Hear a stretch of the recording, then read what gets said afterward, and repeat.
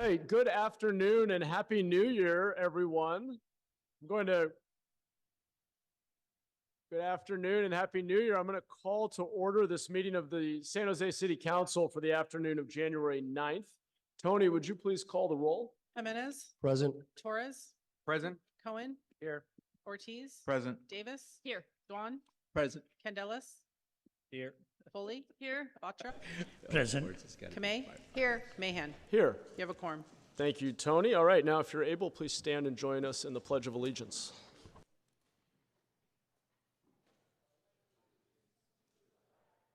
United States of America, and to the republic for which it stands, one nation, under God, indivisible, with liberty and justice for all.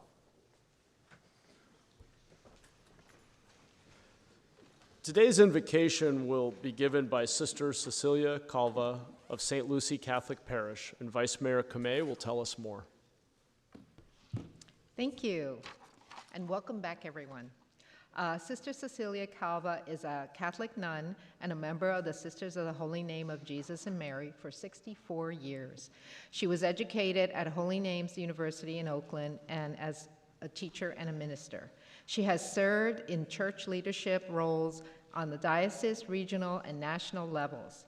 She also engaged in the U.S. Conference of Catholic Bishops' National Pastoral Plan for Hispanic Latino Ministry, which promotes Hispanic and Latino ministry and church involvement. She later spent 8 years as a missionary in Mexico and represented her community at the UN Forum for Women in Beijing. During the pandemic, she began participating in the Silicon Valley Sponsoring Committee, a local group of faith community members advocating for neighborhoods.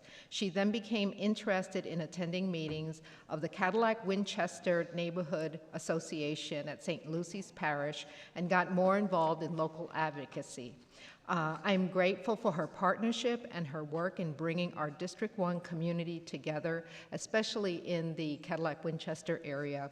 I am proud to have her join us today and invite her now to give her invocation of our first meeting of 2024. Thank you. I'm very happy to be here. So Happy New Year and good afternoon.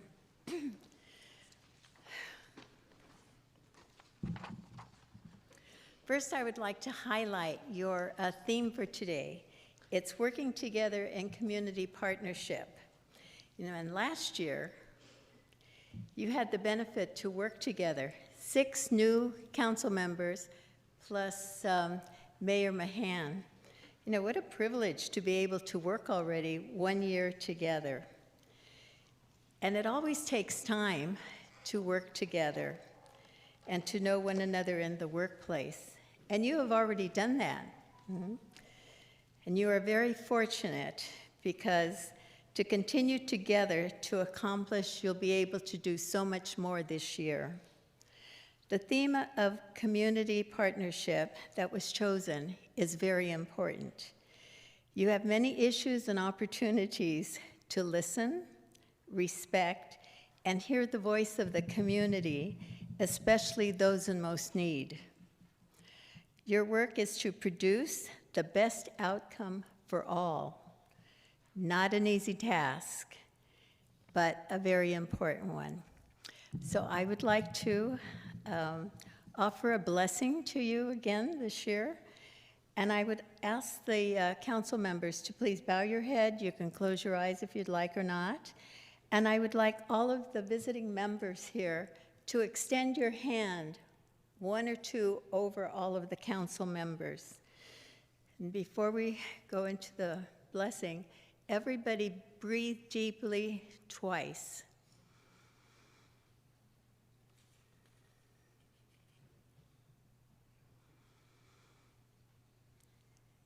Everybody's hand up.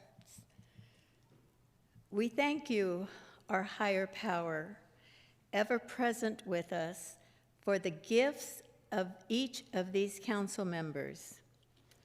May each member be blessed with the wisdom to recognize and value the unique contributions of all those involved. Help each to respect each person's perspective and encourage others to be better together. May their conversations and interactions be marked with kindness, understanding, and respect. Grant them the grace to look for opportunities to serve one another, understand different opinions, and show mutual respect in all that they do together. In your holy name, we pray. Everybody, amen. 2 more deep breaths, and you may start your meeting. Well, thank you, Sister Cecilia. That was a great way to start our work together this year. We are on to a few ceremonial items. Councilmember Jimenez, if you join me at the podium, we will recognize the Oak Grove Teens Ending Abuse Club.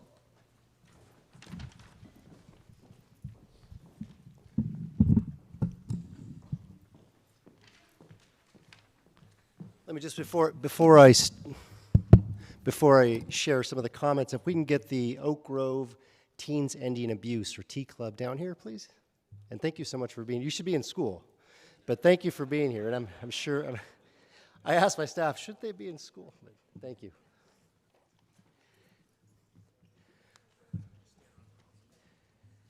So today I'm honored to recognize and commend the Oak Grove High School Teens Ending Abuse Club, also known as Oak Grove T Club.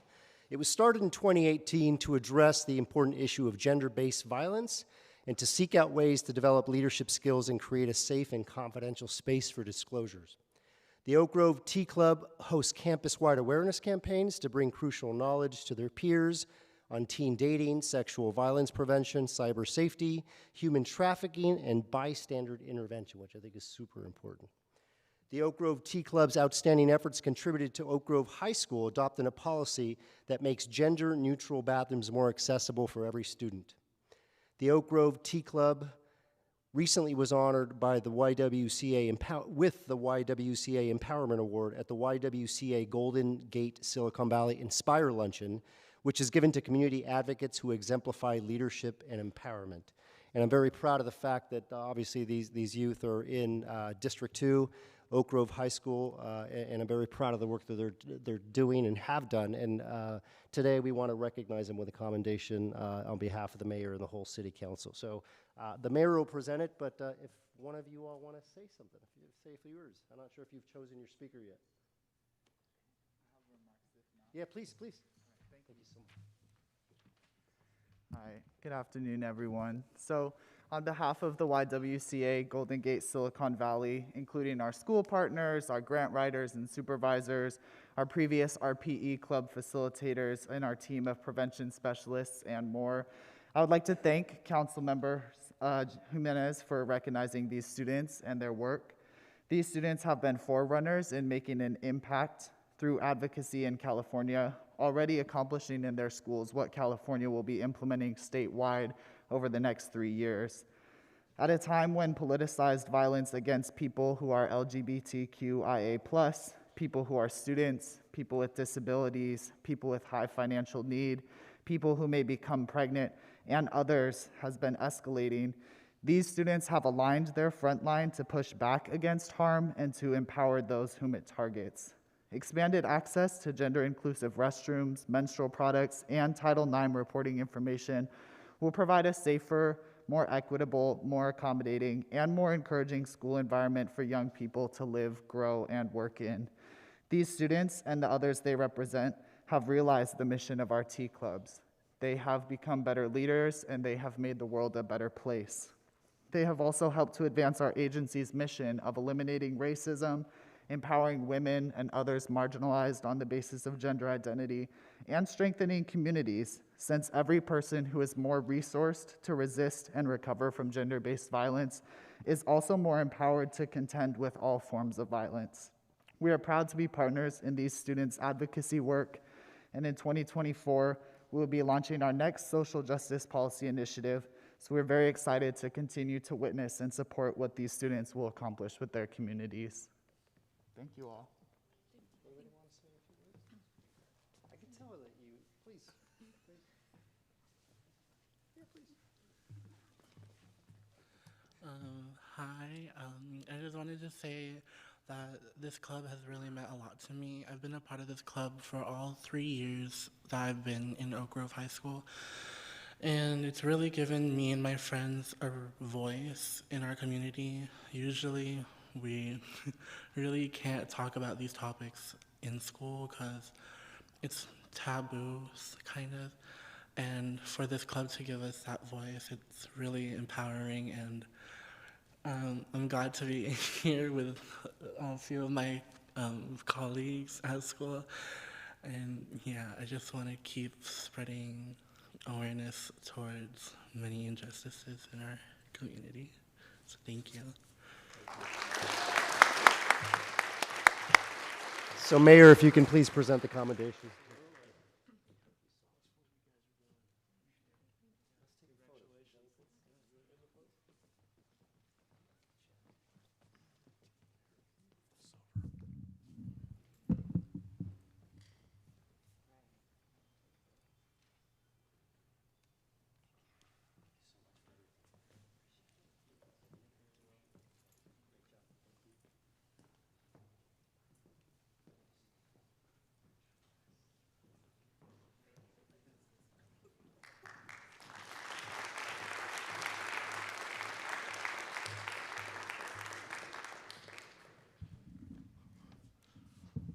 All right, Councilmember Torres, please join me at the podium and we will recognize Suzanne Wolf.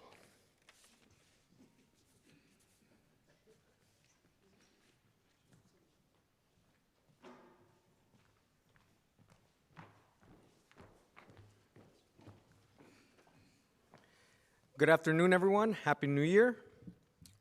I have the honor to invite Suzanne Wolf here today, a leader, a visionary, and a true champion for our city.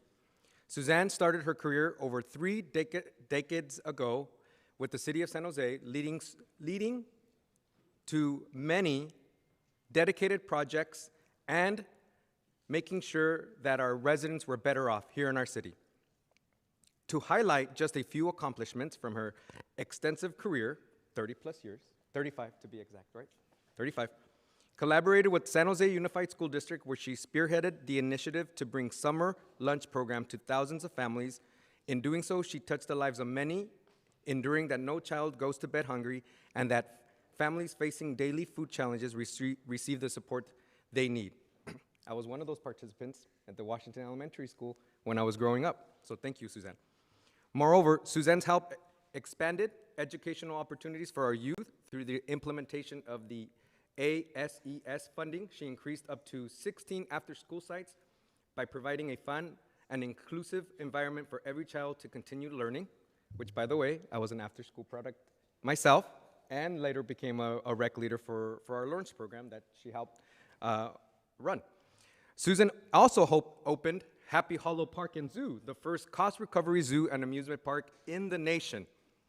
Susan led workforce development for youth and encouraged businesses to be local mentors to help empower great skills and leadership for their amazing future in both work to future and in gang intervention with San Jose Works. For 5 years, Susan led the Recreation and Community Service Division as a deputy director, leaving an enduring legacy of positive change. Congratulations on a lifetime of outstanding contributions to our beloved city, Suzanne. You have truly made a difference, and your legacy will endure for generations to come. Congratulations. Yeah.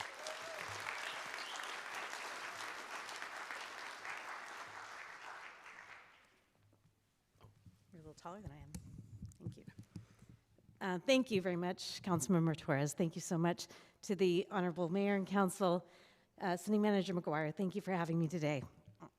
It has been an honor and a privilege to serve our community. I never imagined when I started 35 years ago in San Jose that I would marry the love of my life and raise our foster son here and our 2 beautiful children. After a few years of working, especially in our city manager's budget office, I saved enough to attend the University of Washington graduate school. And let's not discuss the game last night, where Professor Hubert Locke reminded us as we graduated to go home and make a difference. And didn't Cesar Chavez also remind us and say, certainly the end of all education should be the service to others. So thank you for 35 years of amazing service. It's one thing to be a part of an amazing leadership team here, and so many of you have been a part of that leadership with me, like our first strategic plan and our Viva Parks and Viva Calle programs. But the true accomplishment comes from our PRNS team and the entire staff here in the city of San Jose. There's such joy in working in parks and recreation and neighborhood services, especially when you grow up in as a Parks and Rec kid like Omar and I did.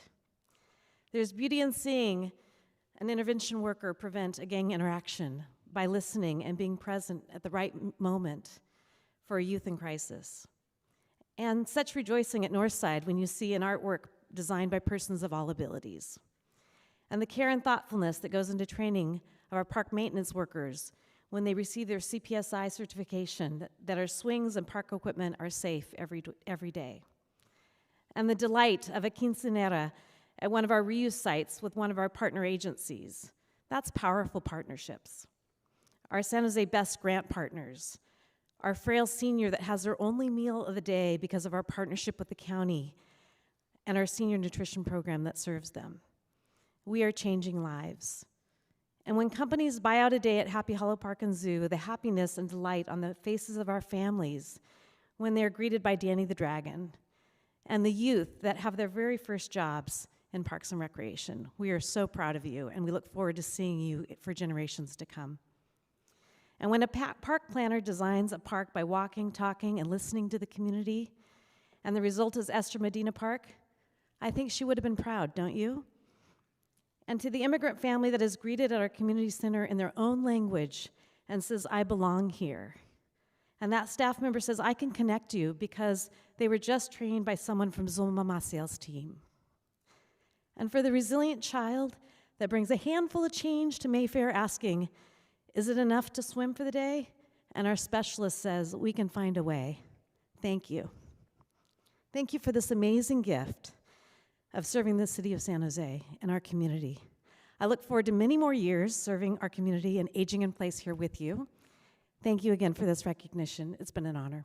So I would ask all of you that have worked with me over the years to join me for the photo, because it's just not me. It's all of you here with me today. So come on down and be a part of this picture. Starting with you, Ed, and the Eds up there, all of you. Come on down.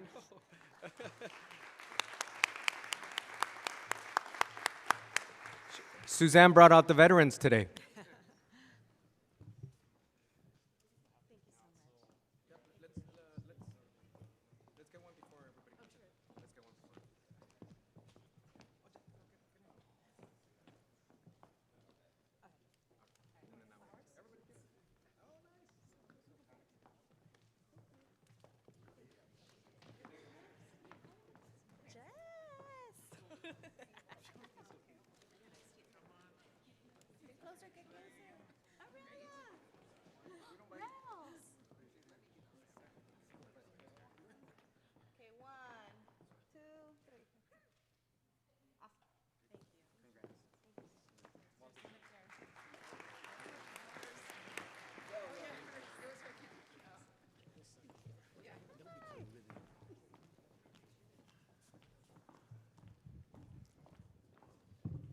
That was a great speech.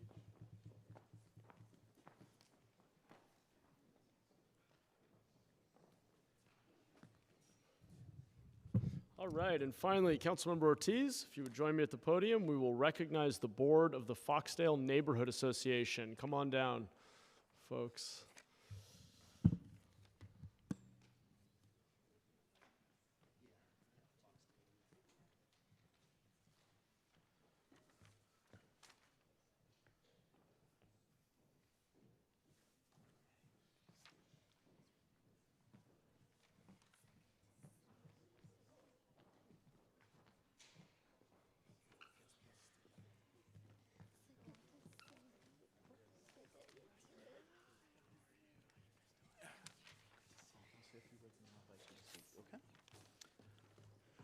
Good afternoon, everyone. Happy New Year. Today we are honoring the outgoing board of the Foxdale Neighborhood Association, proven community leaders dedicated to improving the quality of life for residents of the Foxdale Village Apartments. The Foxdale Neighborhood Association was founded in 2022 to better foster a community among residents at Foxdale. solve key issues facing residents, and create a channel between residents and elected officials, and of course the management of the apartments.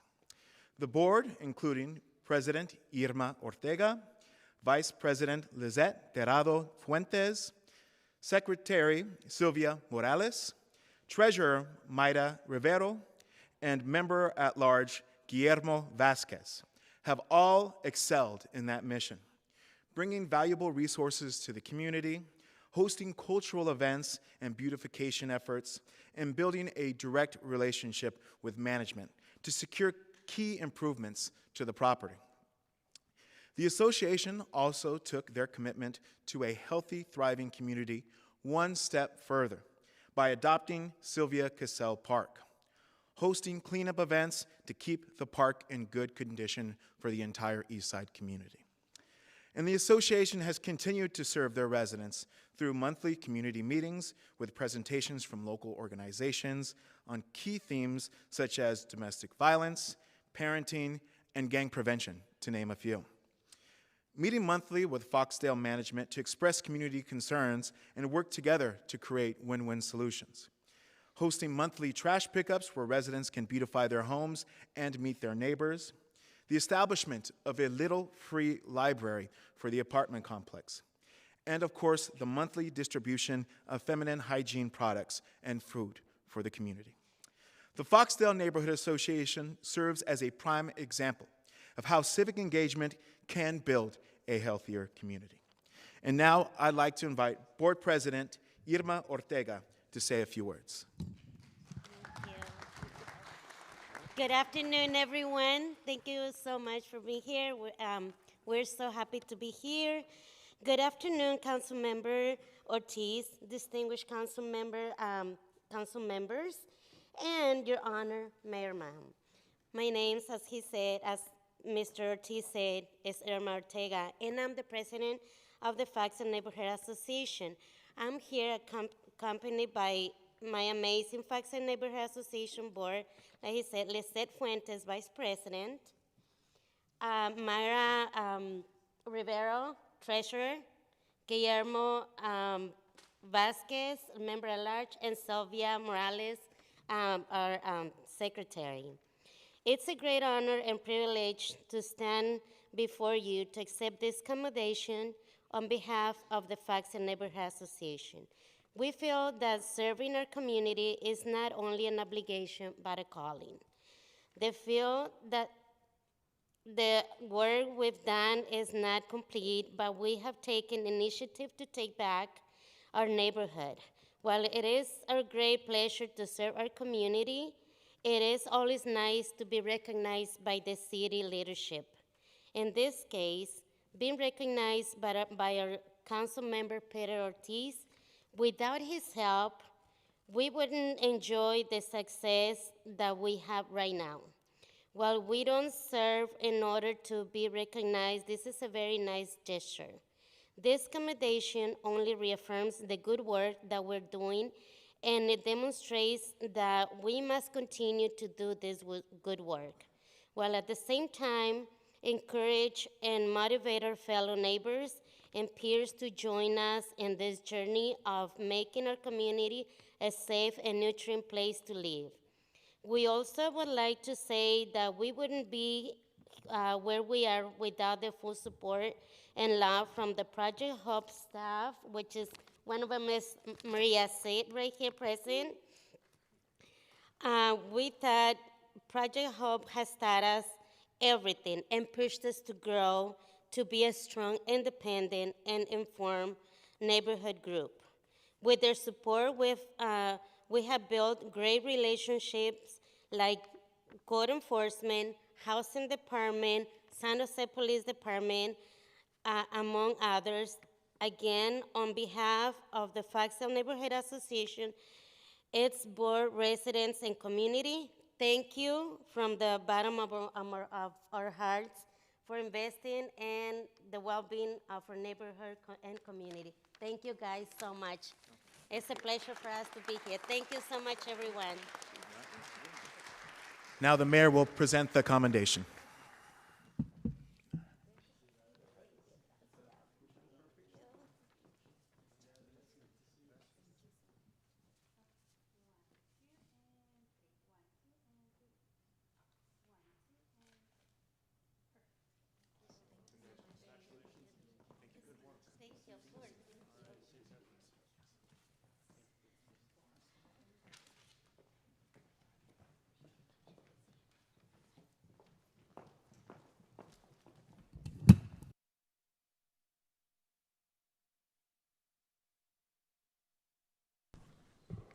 And I have to say good work to Councilmember Ortiz. I can attest to the fact that Foxdale has quickly become one of our most active and effective neighborhood associations, I know in partnership with the D5 office, so well done. Okay, we are on to orders of the day. Does anyone on the council have any changes to the printed agenda? I know there'll be some items pulled for consent, but other than that, any other changes? Okay. Adjournment. Today's meeting will be adjourned in memory of Gary Richards, better known to all of us as Mr. Roadshow, who passed away on December 17th of 2023. He was a San Jose Mercury News transportation columnist and a strong advocate for transportation, including improving our roadways and bringing BART to the South Bay. Councilmember Candelas will now tell us more. Thank you, Mayor. Today we are adjourning in memory of the remarkable contributions of a man who's made words not only honored the pages of newspapers, but have also made our roads safer and our commutes smoother. I am honored to speak about the legacy of Gary Richards, or how a lot of us know him as Mr. Roadshow, a journalist whose commitment to transportation safety has left an indelible mark on our communities. Gary Richards wasn't just a writer, he was a voice for the unsung heroes in the transportation world. One of his achievements was a column that provided Q&A on all things transportation related in the Bay Area, including the filling of countless potholes and restriping of hundreds of miles of roads through his direct advocacy and attention.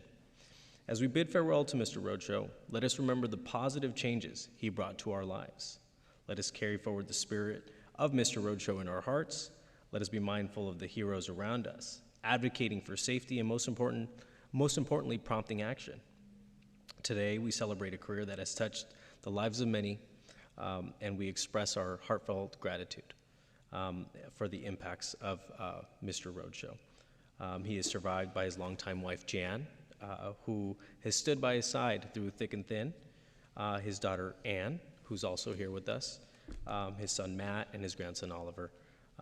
With that, I would like to ask his wife, Jan, to say a few words.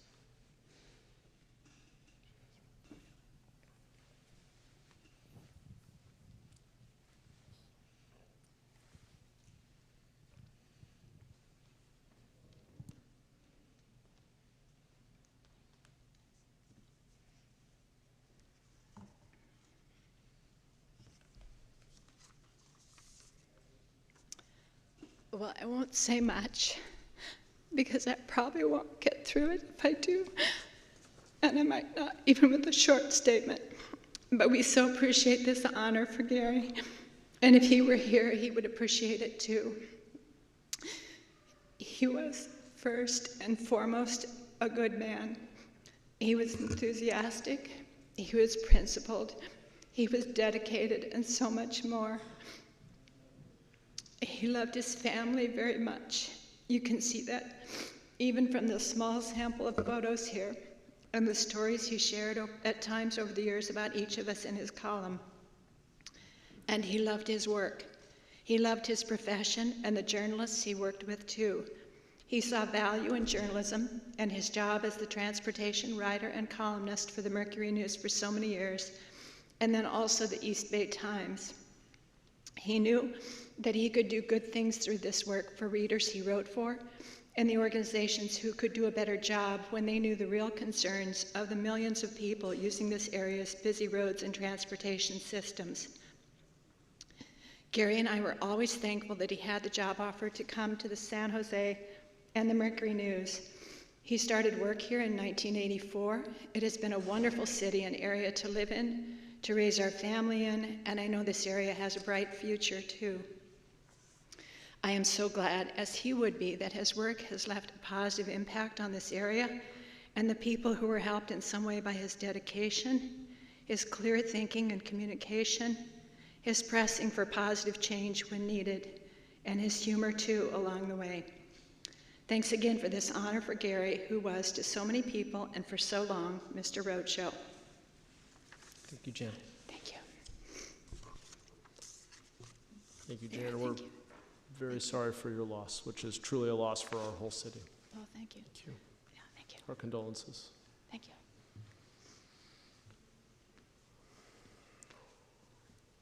Going to move on to the closed session report. Thank you, Mayor. We do not have a report out of closed session today. Thank you, Nora. Next is the consent calendar. I have a note here that we have 3 items that have been requested to be pulled, and then I'll ask if there are any others. But Councilmember Davis would like to pull 2.6. Councilmember Foley will pull item 2.10. And Councilor Jimenez will pull item 2.15. Am I missing any others? Okay. I believe they are all for comment. We'll have Councilmember Jimenez go last, and he may be able to make a comprehensive motion. Councilor Davis, would you like to kick off? Thank you, Mayor. This is about the retirement board. Federated Retirement Board met on the 21st of December and gave their final report on the contributions that will be required in the fiscal year that ends in 2025. So the city's contribution will increase by $18.2 million over this fiscal year. And that includes an increase of $1.9 million of city administrative costs, and that is partially due to the payroll increase, as well as the cost of consultants and additional employees for the Office of Retirement Services.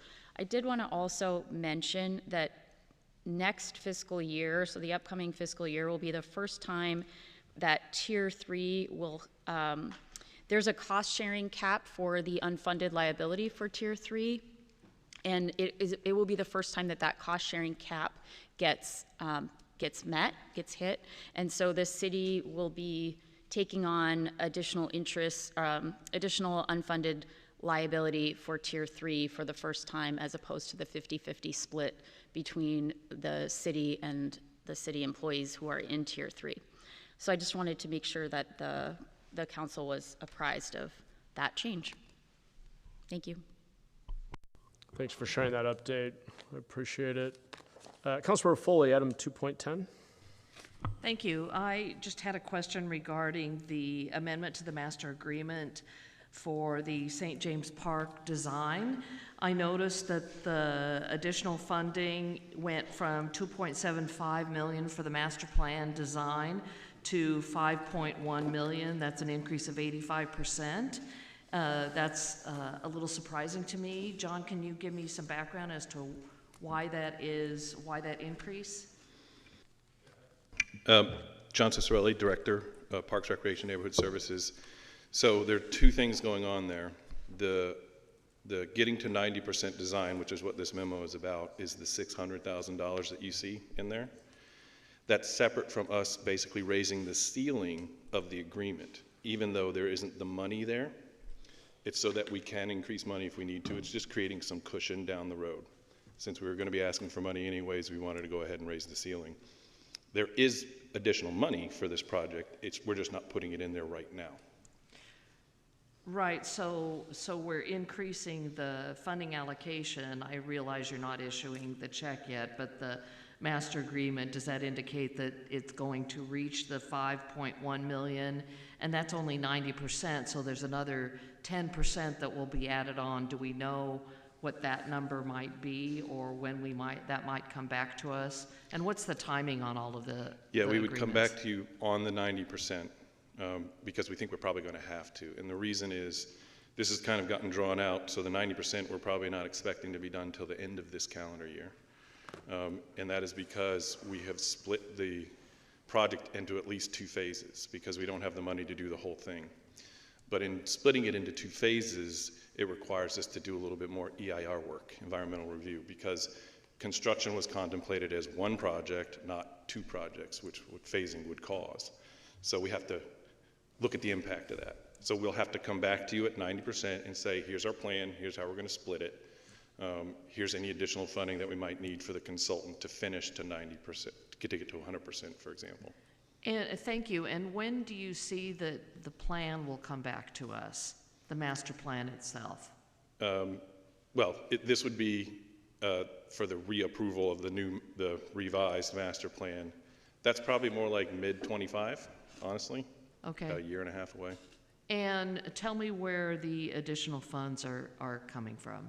So we've been putting a reserve together for some time for this project because the overall project's probably $70 million right now. $70 million we don't have. And so what we do have, we've been squirreling away some into a reserve for St. James, is about 10 or 11 million right now, not including what you're seeing here, separate from that. And is that coming from the park funds in District 3 from development? That's correct. Okay. So, council member, lucky you that you have those kind of park funds available from all of your development. Some of us up here have old parks and no development from which to pull. So, thank you for answering my questions. That's one of the main reasons to pull it, is to understand what the next step was and when you're coming back to us, and also to comment about the parks and how you have a lot in D3 and we're just jealous. Thank you. Thanks, Councilmember. Councilmember Jimenez. Yeah, I'll just say on that, I've often, I remember having conversations with former Councilmember Perales about, maybe borrowing some of that money to fund some of the work in other parts of the city. But it's actually a worthy conversation that I think should happen in different spaces. I'm sure he loved that idea. Yeah, no, I know. So anyway, so I appreciate the comments. I was pulling item 215, and that's specifically the city council appointments, committees, and boards. There were some changes. The mayor submitted a memo. It was very comprehensive, although there were only very few changes. I wrote a memo, a single signature memo, just outlining one additional change, and that is the city's association essentially putting Vice Mayor Kamei on there, on the city's association, as well as the JPA board of directors, and then plugging me in as the alternate. So with that, I'll make a motion to include 2.6, 210, and 215 with this additional recommendation or modification. And the entire consent calendar? The entire consent calendar. Second. Great. Okay. Perfect. So Tony, you've got that. It's the whole consent calendar, including Jimenez's new memo on 2.15. Okay, and we have a second from Councilor Foley, I believe. Do we have public comment? I have Emily. She put her hand down, so I have no public comment. All right, let's vote.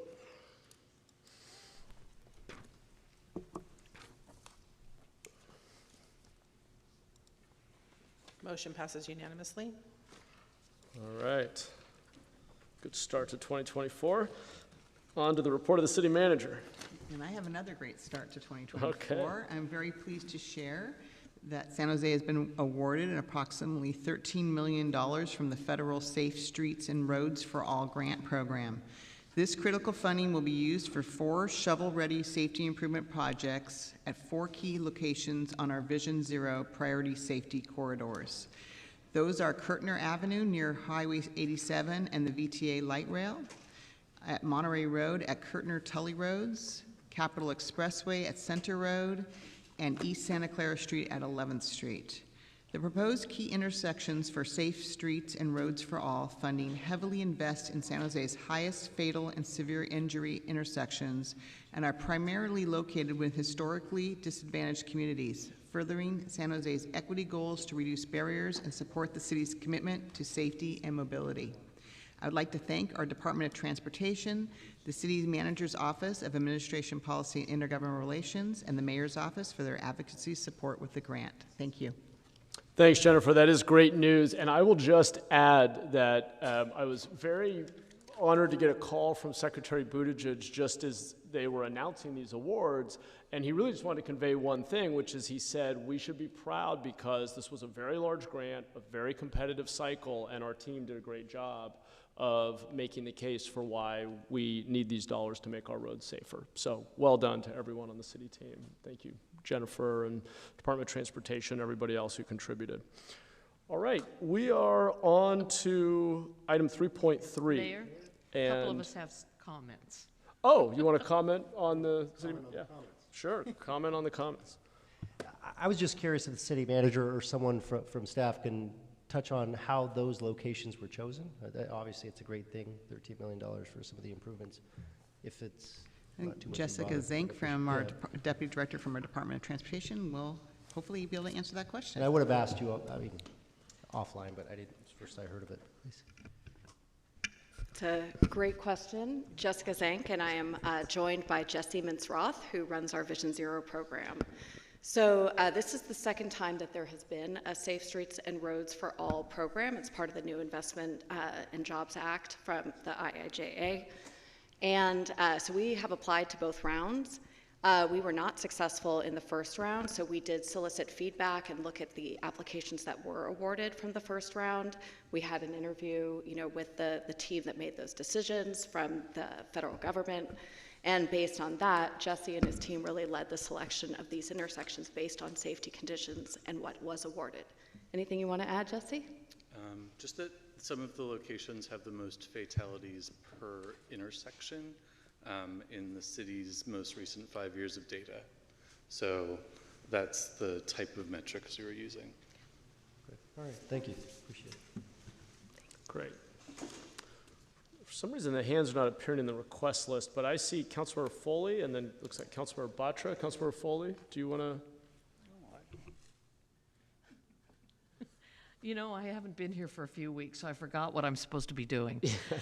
I just want to comment that one of the ways that we were able to get this grant through is by our funding through the budget last year, adding additional funds for a grant writer in the Vision Zero Department of Transportation, and that they were successful in obtaining this grant. So thank you all to my council colleagues for including that in the budget last year.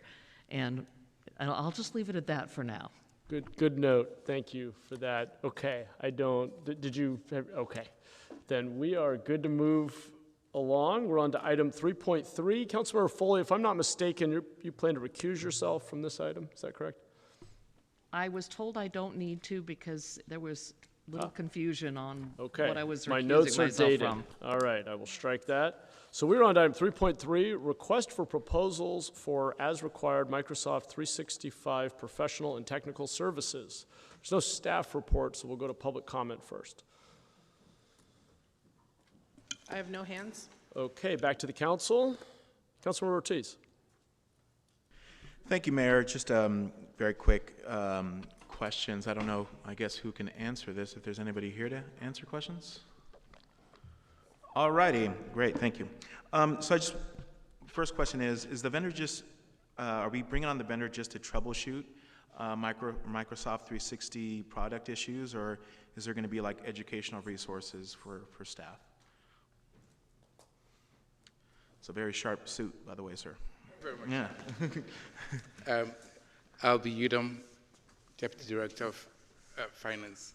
And Sean is here. Good afternoon, Mayor and council members. Sean Ratchford, Deputy CIO for Business Solutions. So thank you for that question. I think that's actually a program question, so that might be best for you to answer that. Could you repeat that question? Yeah, no, absolutely. So I'm just asking for the services that are going to be provided. Is it essentially just to troubleshoot our existing product utilized by the city, or is there going to be like training available for staff or anything like that? It's going to be less for any training. It's going to be more for projects and programs to kind of leverage our Microsoft investment and implement some of the new products that they have there, as well as just whatever is required to meet the city's needs using Microsoft 365. Okay, no, then that also answers my second question. Thank you so much. Great, thanks, council member. Thank you. Would you like to move the item? Yes, I would like to move item 3.3. Do we have a second? Second for Councilmember Cohen. I don't see any other hands. Let's vote.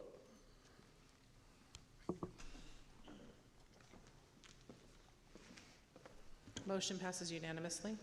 Great, thank you. On to item 4.1, amendment to Title VI of the San Jose Municipal Code related to cannabis regulations. I don't see a staff presentation, but we do have staff available for questions, so I'll move approval. Okay. Motion and a second. We'll go to public comment and then see if there are questions. I have no hands. No hands. Back to the council. Do we have questions? Councilor Ortiz, are you, I see your, sorry. Your mic's on. Okay. All right. I'm not seeing any questions. Let's vote.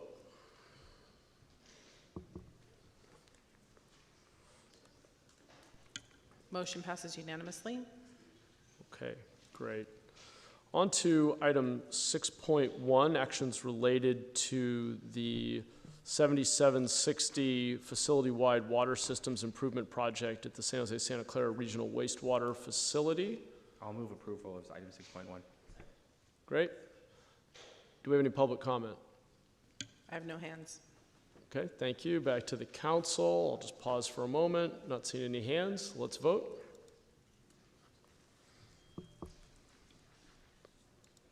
Motion passes unanimously.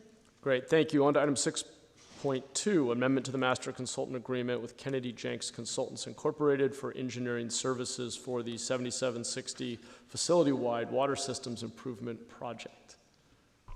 Move approval. Second. Thank you. No hands.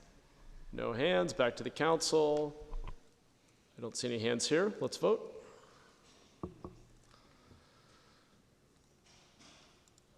Motion passes unanimously. All right, on to item 6.3. We've got a lot going on at the wastewater treatment facility.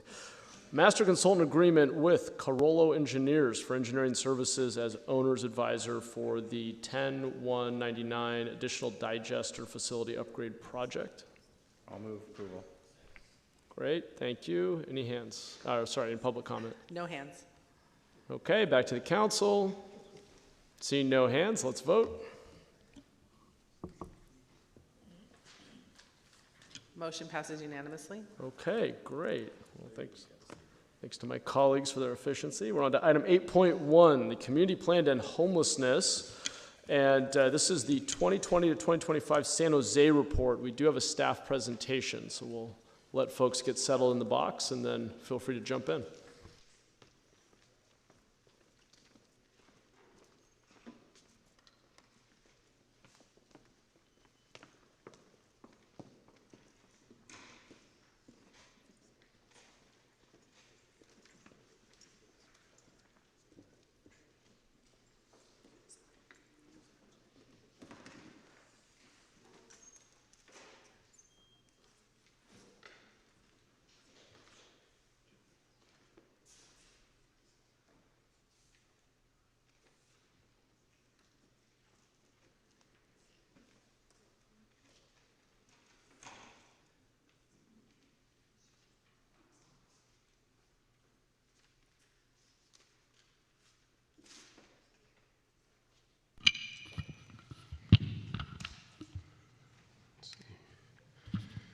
Good afternoon, Mayor, council members, and members of the community.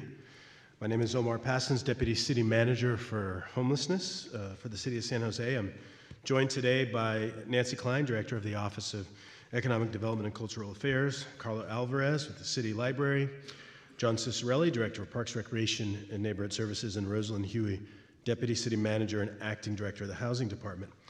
We're here today to present the City of San Jose's implementation plan for your consideration. There are a couple of preliminary points to share as we present this plan. On matters of policy, city staff executes the policy direction of the City Council. Significant changes to support, encampment management, abatement, housing resources, etc., are important to have City Council direction, especially as part of the budget process. We always seek to end a person's homelessness permanently whenever we can, or prevent it in the first place, but there are more people on the street than the city can house in shelter or permanent housing. Successfully managing the impacts of homelessness on housed and unhoused San Jose residents is critically important while working to house those people. Metrics for successful management are part of this plan. There are major financial and human costs of this crisis. Reducing unsheltered homelessness and housing people requires funding from others. We work closely with county, state, feds, but without these resources, there are limits to the city's ability to achieve this aim. The all-hands approach in our plan is important because it helps us get there, and it will help. And this will help set some expectations about resource availability during the budget process. The community plan is a regional agreement that San Jose, along with all the other cities in Santa Clara County, our regional partners at the county, nonprofit organizations, businesses, and members of the community with lived experience, came together in 2020 to adopt.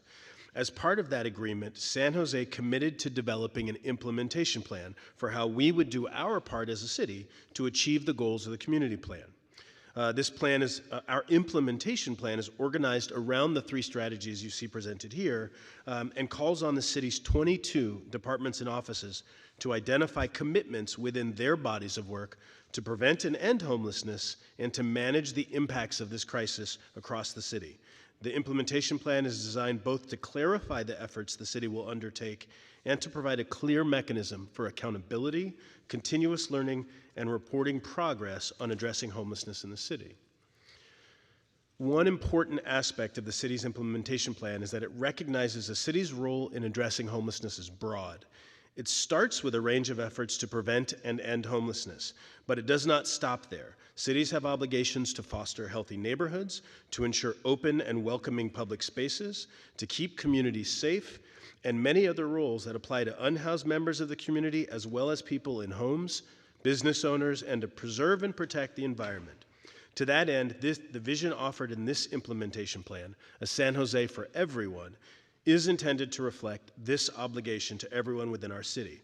We must end suffering on the street by continuing to expand permanent housing options, by expanding temporary housing options, and by creating better alternatives while people are on the street that provide for basic needs such as hygiene and connection to the support system.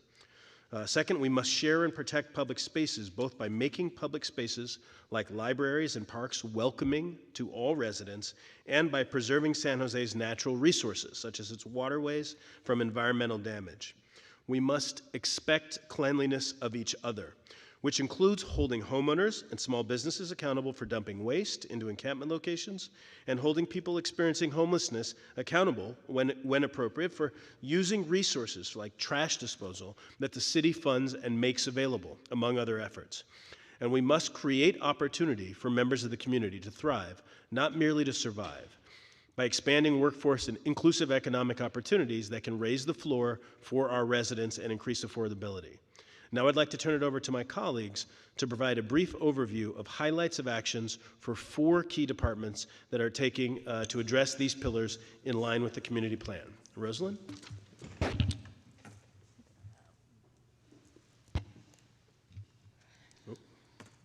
Thank you, Omar. The Housing Department is an essential building block of the city's approach to homelessness. Ending homelessness involves increasing permanent, affordable housing options, and the city's housing department has worked with regional partners to permanently house over 8,000 residents who are affiliated with San Jose since 2020. Ending suffering on the street also requires getting people off the street as quickly as possible and really preventing them forever experiencing homelessness in the first place. This is why the city has been a key funder and partner in the regional homelessness prevention system and helped more than 1,600 households avoid homelessness. The Housing Department has also been a key partner in scaling the city's emergency interim housing program, together with the Public Works Department, as well as supporting eviction prevention and rent stabilization efforts intended to keep our residents housed. The department is providing expertise to shape and inform safe outdoor alternatives and supportive RV parking as well. We remain committed to centering the voices of people who have experienced homelessness, both because it is right, but also because it is a smart use of taxpayer resources to ensure the people for whom services are being designed actually participate in the process. This helps maximize the use of those services. As part of the city's one-team approach, the implementation plan lays out several actions the Housing Department is taking to address homelessness. This slide represents 2 examples. As Omar noted earlier, you can see in these examples both how they are connected directly to the regional community plan strategies and how the city has designed the plan with the built-in mechanism for reporting on outcomes and accountability for a lead department and a lead contact person. These examples, releasing a $50 million notice of funding availability for permanent affordable housing and investing $4.7 million in the regional homelessness prevention system, are two among many commitments that the city is making through the efforts of the Housing Department to end suffering on our streets. Now I'd like to turn the presentation over to Carla Alvarez. Thank you very much. There are many ways that the city shares and protects public spaces. This includes fostering access to public buildings like libraries or City Hall. It also includes making parks and community centers welcoming, protecting the city's many natural resources such as waterways, and even addressing hazards and fire prevention efforts related to the city's public right-of-way. The city's library is a valued resource by the community and one in which we continually seek to improve as a shared public space. We provide access to enriching lifelong learning opportunities with an equity lens to residents of all ages throughout the city. In the context of supporting unhoused city residents, the library has long taken a leadership role. For several years, the library has partnered with social service providers to offer direct access for vulnerable residents who visit the library to get connected to supportive services.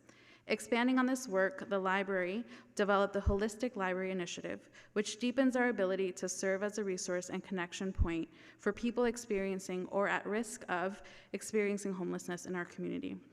The Holistic Library Initiative increases opportunities for members of the community to participate in peer connection programming, as well as obtain housing information at housing forums in collaboration with the Housing Department.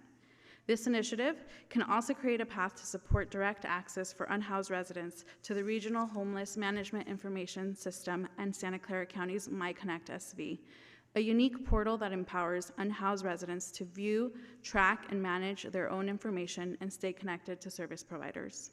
Through this and other programs, the library is proud to support the city's commitment to foster equity. As a part of the One Team approach, we remain committed to finding and scaling new ways to further this work. This next slide presents two of the measurable ways the library will seek to do its part to address homelessness in the city of San Jose. First, as mentioned, in support of the MyConnect SV referral system, the library will pilot access points at select library locations and train staff to assist users in accessing the system. Second, as a welcoming place to access information, the library will continue to work with corporate partners and other departments to host job fairs for unhoused individuals and other job seekers. As noted earlier, these specific city actions include outcome goals to track progress and clarify departmental accountability for leading this work. I'd now like to turn it over to John. Thank you. So, as many of you know, Parks, Recreation, Neighborhood Services does many things for the city, and in this area we do many roles as well. First of all, preventing and addressing illegal dumping, and to point out that, often this is associated with homelessness, but what we see in the street is that more of it happens not as a result of homelessness or from homeless people, but it's more people running junk businesses or contractors that don't want to pay to dispose of things, or people just dumping stuff from their house. But dumping does show up in these encampments, so we want to address that, both in the encampments and on the other streets of the city. We do regular trash service now to over 150 encampment locations throughout the city. We have established in 2023 biowaste services for lived-in vehicles. That's a pilot program. It only serves about 150 vehicles. The need is quite a bit more than that. But we're collecting good data, and surprised at the amount of bio-waste we're collecting, frankly. We also engage the unhoused residents using our Cash for Trash program. As many of you are aware of, this is payment for collecting their own trash. We will pay them per bag on a reloadable MasterCard.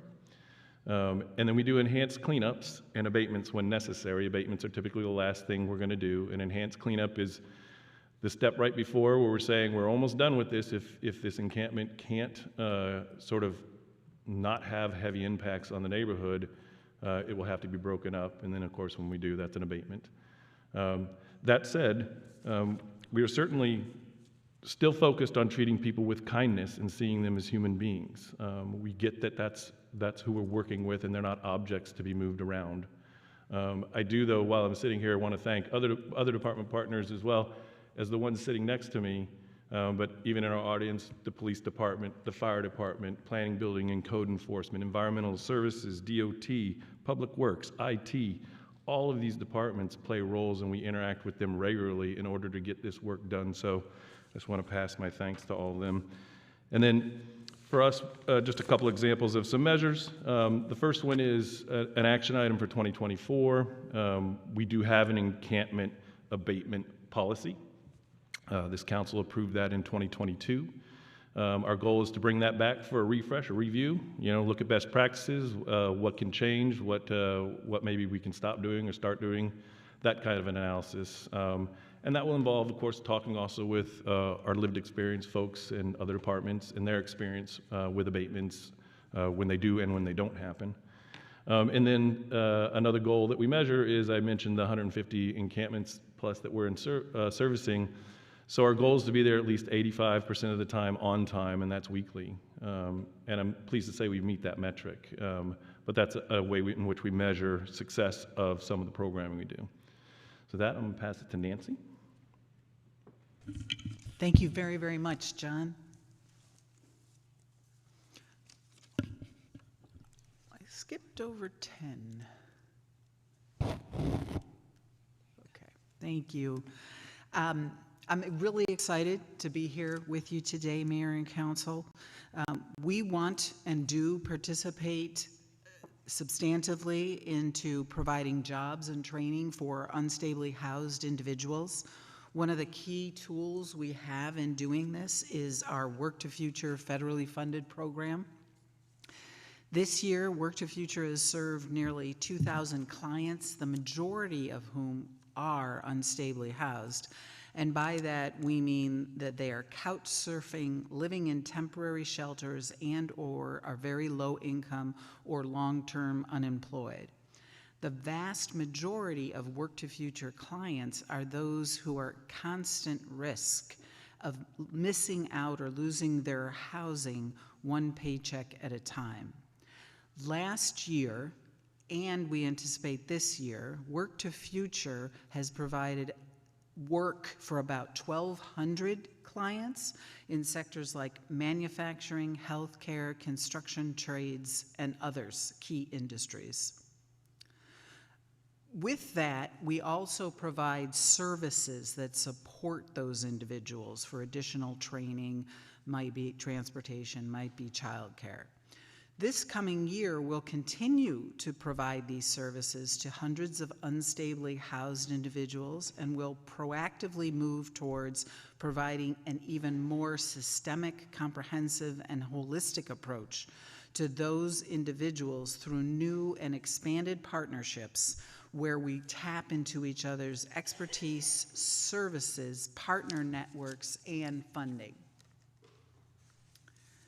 This slide shows two ways that OED is contributing to the regional plan. One is we'll continue to work with our colleagues to provide wraparound services to support the implementation plan, and as such, we've already begun to provide and develop partnerships with organizations including Hunger at Home, Bill Wilson Center, and expanding current partnerships with entities like the San Jose Conservation Corps, Metro Ed, and the county's social service agency. Work to Future staff are also engaged in the Urban Institute's Upward Mobility Initiative, and through this initiative, we will strive as a cohort to learn best practices and or emerging practices around workforce strategies for justice-involved, unstably housed populations. Second, as noted, OED has led an effort to establish the Collab, which is a space downtown, which will physically connect agencies that serve those who need behavioral health support in the downtown, and in some instances will be providing case management on site. With that, I'll turn it back to Omar.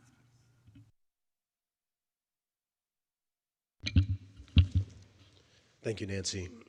Before we close, a couple additional points. There are two concepts that are important. First, you'll find in the implementation plan a description of the housing continuum.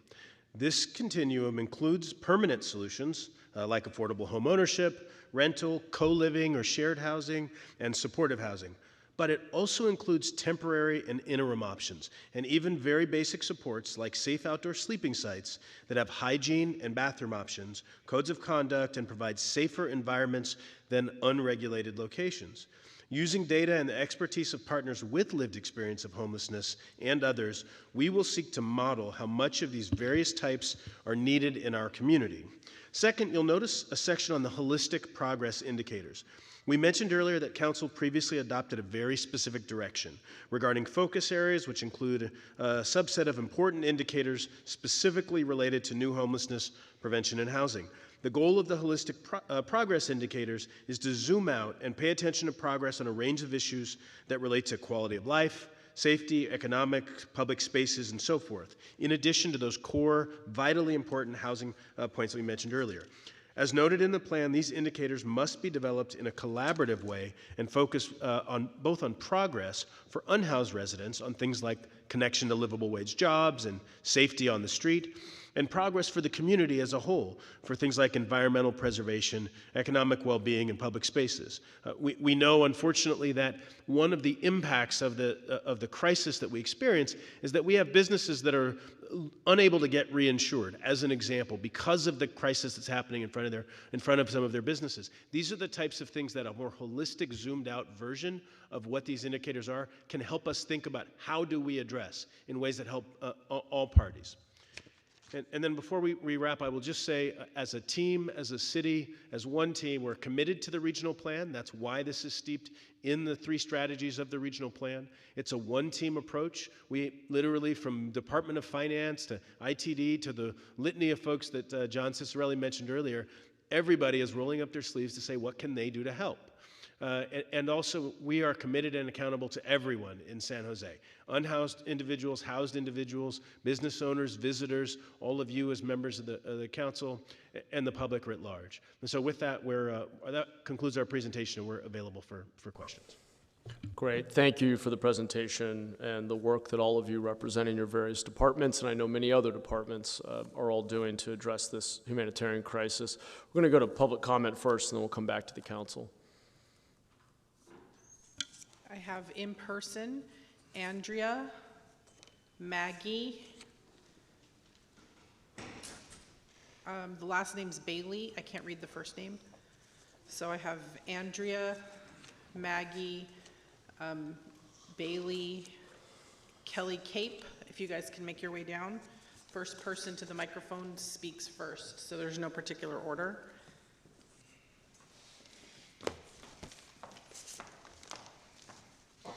Good afternoon, Honorable Mayor and City Council members. My name is Andrea Urton, and I'm the CEO for Home First.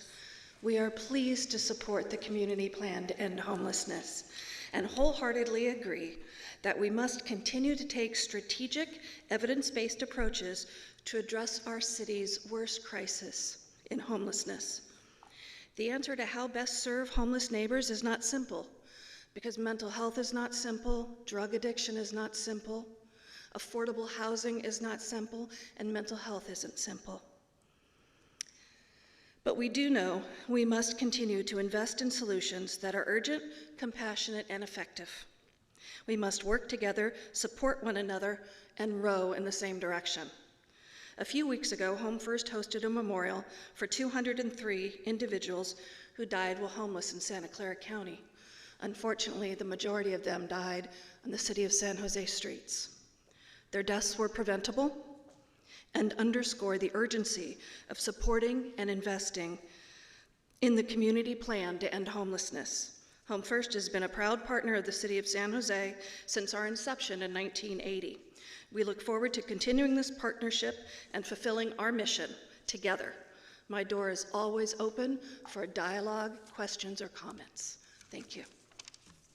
Thank you. Next speaker. Also, Mary Tucker, come on down.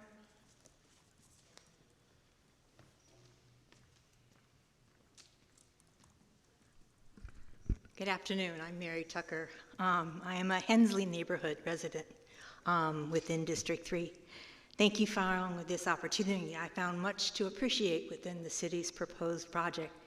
I would encourage the city and council members to continue and increase outreach and support for various neighborhood associations and their respective council districts, community leadership councils, for their additional support, insight, and assistance for best practices.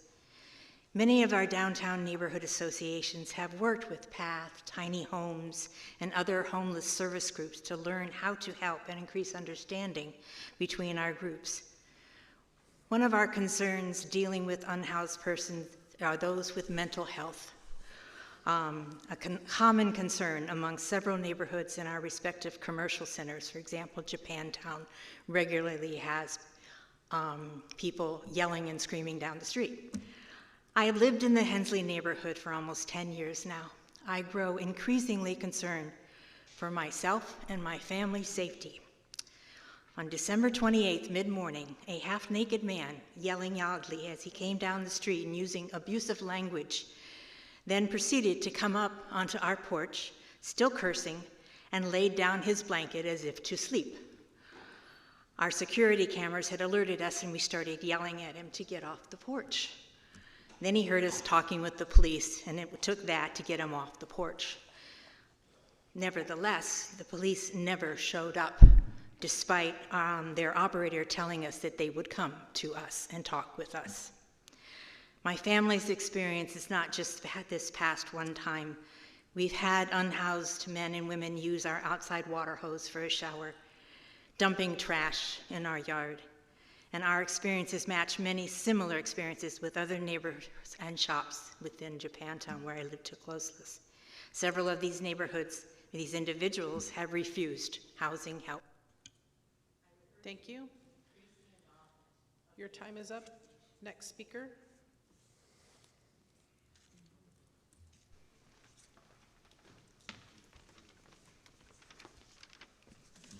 Good afternoon, Honorable Mayor and esteemed City Council members. I'm Maggie Crowder. I'm the Director of our Street-Based Services at Home First. I've worked at Home First for over 2 years and have been in this line of work for several decades. Our outreach teams are in the field daily delivering life-saving services to our unhoused neighbors. We engage with people often at the moment in their life journey in which they feel lost, alone, and invisible. Can you imagine negotiating with a landlord, potential employer, or government office when you're so busy trying to figure out how to get clean water or a meal? Being unhoused is the hardest day to live through, so please understand there is a huge need to increase the work we do in outreach. We know individuals on the street need access to basic resources, ongoing case management to ensure they have the opportunity to move more swiftly into housing. Each of our staff has caseloads of 30-plus individuals. Serving a participant well takes time, weekly meetings, transportation to necessary appointments for social services, DMV, and other resources, and remaining available, flexible to someone in extreme crisis, such as weather, flood, fire, or other immediate demands, evacuation, or action. We know it takes time to build rapport and trust with those we serve, and dedicated resources for Home First and support like you to ensure we lead with trauma-informed, harm reduction, strength-based approach. We can't make clients want to do the hard work of healing and connecting, but we show up day after day. We are far greater success. We remind ourselves that victory isn't always linear. One step backwards could be a huge step forward.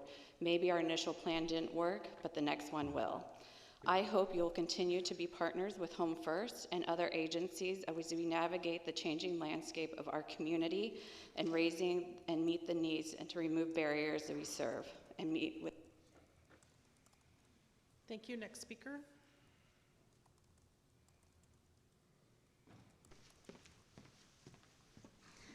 Good afternoon, Honorable Mayor and esteemed council members. My name is Damika Bailey, and I am a Director of Housing Stabilization with Home First and a member of our agency's DEI Council. I have been an employee of Home First for over 11 years. I stand before you today as a representative of Home First, an organization deeply committed to addressing the critical issues of homelessness in our community. I am here to ask of your ongoing support and shed light on the life-saving work our nonprofit engages in daily. An area of service I am directly connected to within our agency is rapid rehousing. Rapid rehousing is a solution to homelessness designed to help individuals and families quickly exit homelessness and return to permanent housing. Home First rapid rehousing programs have housed over 500 singles, families, and veterans in 2023.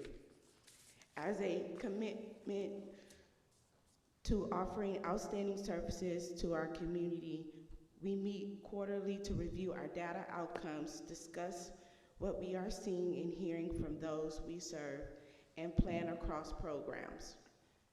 As an employee of Home First, I have seen the agency make adjustments to serve more people and be a leader in providing services to all, regardless of race, criminal history, and legal status. Further, I have had the opportunity to grow in my career as an educated Black woman. I serve the homeless population as an outreach worker, a housing specialist, a case manager, a program manager, and now one of Home First's directors. We ask for your continued commitment to Home First and other services provided as we continue this journey in housing. Thank you. Next speaker. I also have King Surrender, who has submitted a card.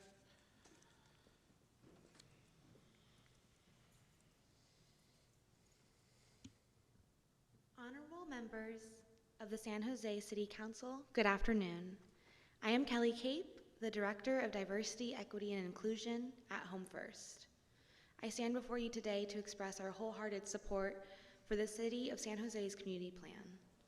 As an organization centered around providing compassionate care and support for those experiencing houselessness, we find strong alignment with the values and initiatives set forth in the community plan. At Home First, we understand the profound impact of trauma on individuals experiencing houselessness. That's why we have prioritized and implemented trauma-informed care as a foundational aspect of our services, to which you mentioned in your community plan as well. Furthermore, we recognize the importance of racial equity and anti-racism in our training of our staff. This ensures that our team is not only equipped to address the complex needs of those we serve, but also committed to dismantling systemic barriers that perpetuate racial disparities in homelessness. The community's plans focus on policies and programs aimed at reducing racial inequity resonates deeply with our organizational ethos. We acknowledge the disproportionate rates of homelessness among people of color and actively work to reverse these trends within our workforce. Our strategy involves not only providing immediate support, but works towards dismantling these oppressions to address the root cause of homelessness, particularly those affecting marginalized communities.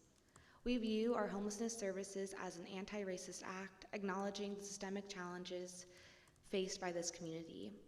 Our commitment to DEI extends beyond rhetoric, with tangible actions taken to create organizational culture that values and uplifts every voice. Looking forward, we're eager to collaborate with the City of San Jose to contribute to the broader efforts outlined in this community plan. Thank you. Thank you. Next speaker.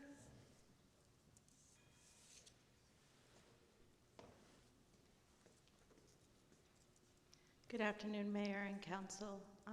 Your unhoused problem seems to be getting worse, not only here in San Jose, but across the world. And I'm sitting here listening to people complain about the police not showing up, and I can only sadly think about that your police are worried about me and my son being together, and their time is spent instead of protecting people to keep me and my son apart. And that is what is this broken system. You can't solve it until you resolve your family court problems and the Santa Clara County court problems. It's a complete mess. And you're all violating a lot of laws, and you sit up here and think you're actually making change. In your last breath, you're gonna see everything quite differently. Good luck. Alex Shore on Zoom.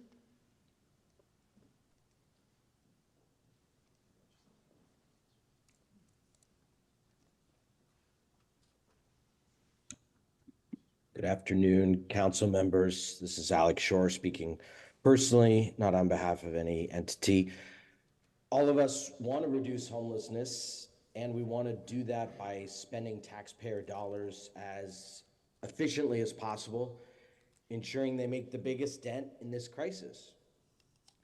We're hearing a lot of new ideas today, some of which may actually be cousins to attempts of the past. And so it makes me wonder, are we focusing on the right things? The research says the two most effective solutions for homelessness are preventing it in the first place and providing more permanent supportive homes. I've observed it can be hard for the city to discontinue programs and contracts once they're underway. The road to misguided policy ideas is sometimes paved with really good intentions. So I wonder if the council wants to ask staff how we stay on track and stay focused on what truly works. Thanks. Rocio Molina.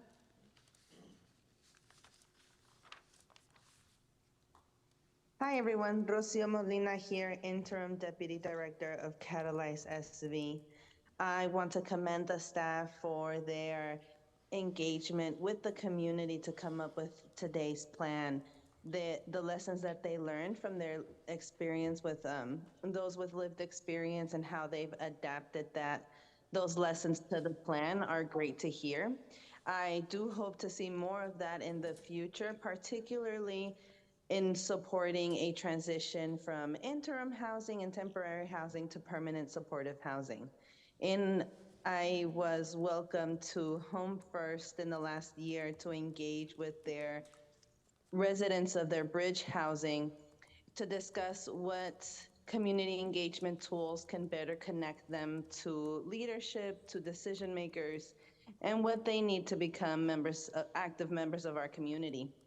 And of course, their housing is a big part of that. Access to permanent affordable housing and being able to maintain that independently was a big topic that came up. Financial resources and employment resources to support this transition are a key factor that they reiterated over and over again. I'm happy to hear that wraparound services are a highlight of today's presentation. We hope to see that more across the different housing services and housing types that the city invests in moving forward. We're definitely looking forward to working more with the department, the OED department, through our participation in their bench of consultants, which includes 21 additional nonprofits who are all ready to engage with the community and support these efforts. Thank you so much. Back to council. Great, thank you. I want to thank staff again for coming with the San Jose version of the community plan. I think it's really important that we are coordinated and aligned with many other partners, especially the county, and that we have a comprehensive approach, which this clearly represents. I do have some other questions and comments, but I want to give my colleagues an opportunity to weigh in first. So I'm going to turn to Councilor Cohen to kick things off. Yeah, thank you, Mayor, and thank you to the staff for the presentation. Thank you for Home First also for being here today. I want to just start by thanking all of you because we're dealing with a complicated issue, but I know that we can do things when we work together, and we have been working together. I know my office and all of you and many of you on some of the areas in our district, and I know others on us kids council are doing the same thing. So we're making incremental progress, although, you know, we never feel like we're moving fast enough, and we may never move fast enough, but I do feel like we know what we need to do in a lot of cases now. And I'm not going to spend any other time other than just to mention one more time, since I have to say it every time, that urgency is important, quicker timelines are important. The frustration that I have, and we spent a lot of time last month on the frustrations over the timeline for our interim housing and safe parking site, is still real, and I look forward to having some meetings now that it's a new year to figure out how we're going to address that. Just a couple of questions on some of the items that were in the presentation. On slide 8, there was a mention of bio-waste services. I do want to ask that question because I've been talking to a lot of residents in the last month, and you know, it's interesting. Some are very tolerant of, you know, RVs that happen to be in certain areas until the moment that they dump their bio-waste on the street in their neighborhood. And I understand why, and it's an environmental hazard, it's a health hazard, there's a lot of problems there. We obviously have areas where we know there's a large number of RVs where we can provide bio-waste service. But what do we think we might be able to do for the one-off RVs that are around our city in terms of people maybe requesting a service or getting on some kind of list so that we can go and provide service so they don't end up dumping their bio-waste on the street? Yeah, thanks for the question. So, in 2023 is really us doing a lot of learning. We've never done this before, so we started doing it. We thought we could find a vendor that could help us. Couldn't find a vendor to do the work at all. So then we had to start doing it ourselves. And through that, we've learned a few things, but we're working already on our budget proposals for the next budget cycle, and this is an area that we're looking at recommending expanding so that we can do more service. The 150 or so I was talking about that we are servicing, they're basically on a route. We try to be there on a consistent schedule for them, but it's sometimes not soon enough because we just don't have a lot of resources in this pilot right now, so you can only get there so quickly. We do think if we bought some different equipment, we could be more effective. For example, there's a machine where we could suck the waste out of a vehicle and then not have to go drive, across the city or across the jurisdiction to dump it. This machine would allow us to open a sewer and go put it straight in the sewer and then just keep on working. That's a major time efficiency thing for us because right now we basically hand collect it all. We have it in containers, that's how they collect it, so we tend to just try to pick up however they're collecting it. But even what we're looking at, there are these one-offs, and sometimes they move, and sometimes you lose them. That kind of stuff's just gonna happen with this population, so I would certainly ask for a little grace with some of that. The idea is that they would be on a schedule and stay in a relative location or meet us in a location as we expand the program. Yeah, and certainly I don't want to imply that I don't have grace for this one because this is a difficult problem, but I just want us to encourage us to think about, what kind of process we might set up so we have a better idea of where they are, where they might move, so that we can provide them a service as well as provide our city a service. Councilmember Omar Passons, I'd add to that I think very important point you just made.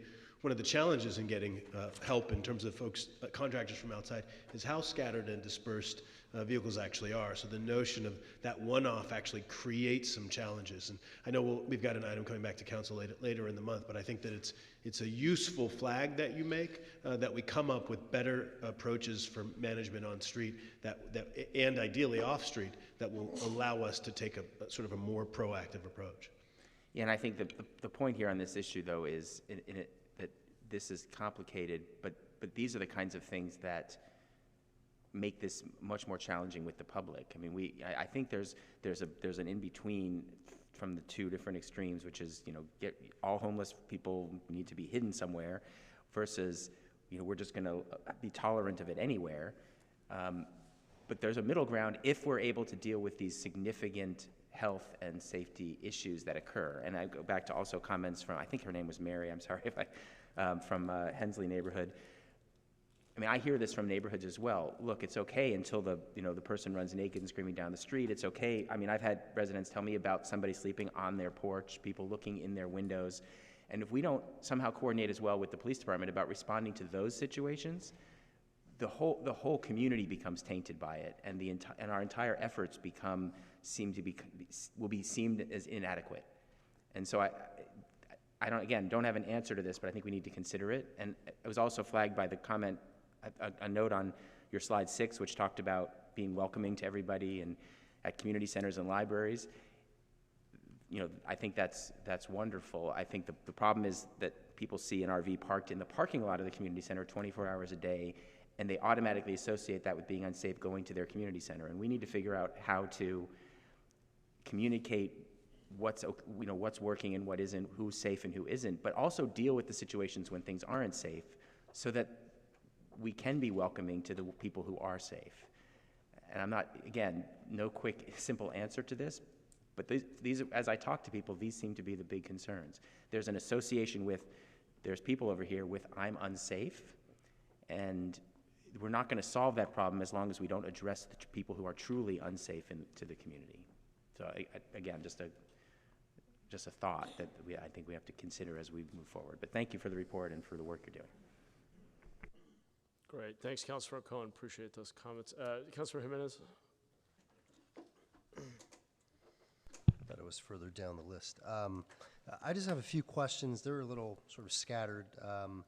One of them is the HMIS system is the entry point to the continuum of care.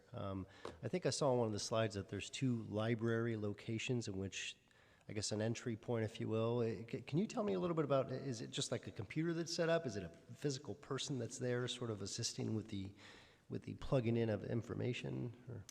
That is a project that is currently in process, and because it requires county coordination, and it will be a software program, there will be dedicated computer stations.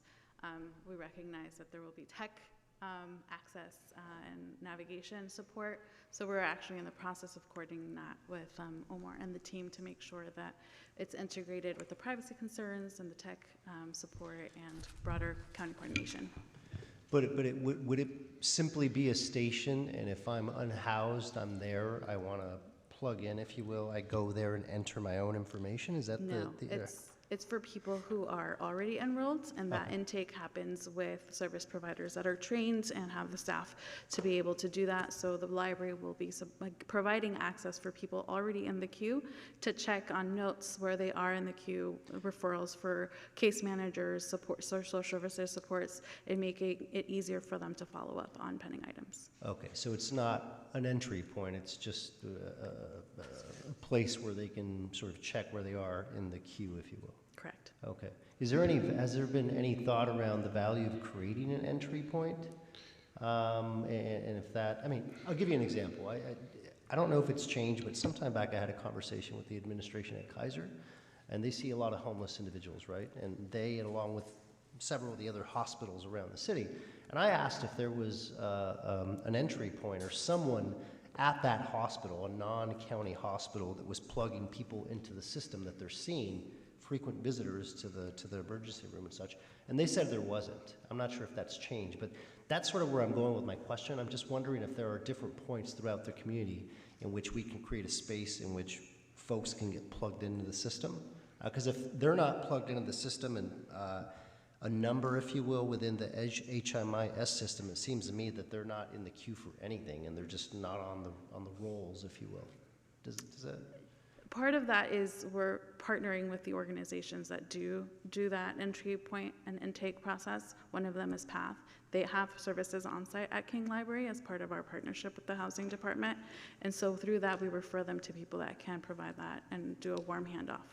Okay. Councilmember Jimenez, sorry, real quick, just to zoom out as well, you know, as part of the last budget cycle, the mayor and council approved a role created in the city manager's office, who actually is working right now on a monthly basis with the continuum of care to expand that HMIS access, help us make sure that there's greater access for library staff, our Beautify San Jose staff, as an example, who sometimes have some of the best and deepest relationships with people that they interact with out in the community. And so as we look for additional access points, as the supplemental memo noted that we produced, we're looking at ways to get trained to connect people to benefits, foods, CalFresh and Medicaid and that kind of thing. So I think to your point, there's a lot of ways, and this is a first iteration, we should all be looking for other ways that we can create more entry points for people to get that connection that they need.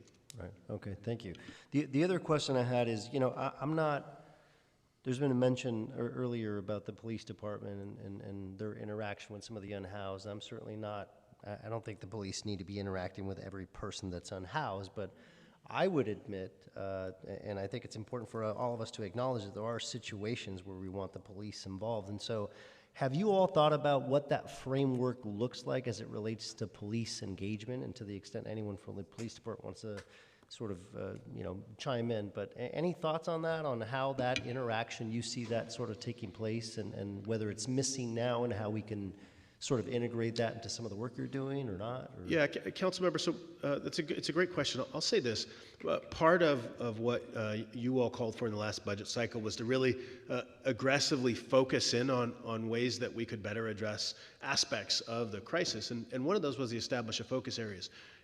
The city manager's office then set up execution teams, which included, for homelessness, both police and fire, at a leadership level at that table, precisely to try to address issues like the one you're raising. What is that appropriate type of interaction? Where are the ways to be a helpful partner, which frankly the PD often is a helpful partner for people on the street and for others in our community. So I think it's something that we're seeing our PD really step into under the new framework that was established by the last budget cycle, and I think you'll see more of it in the coming year in thoughtful ways, in productive and proactive ways. But there's, I think, more coming.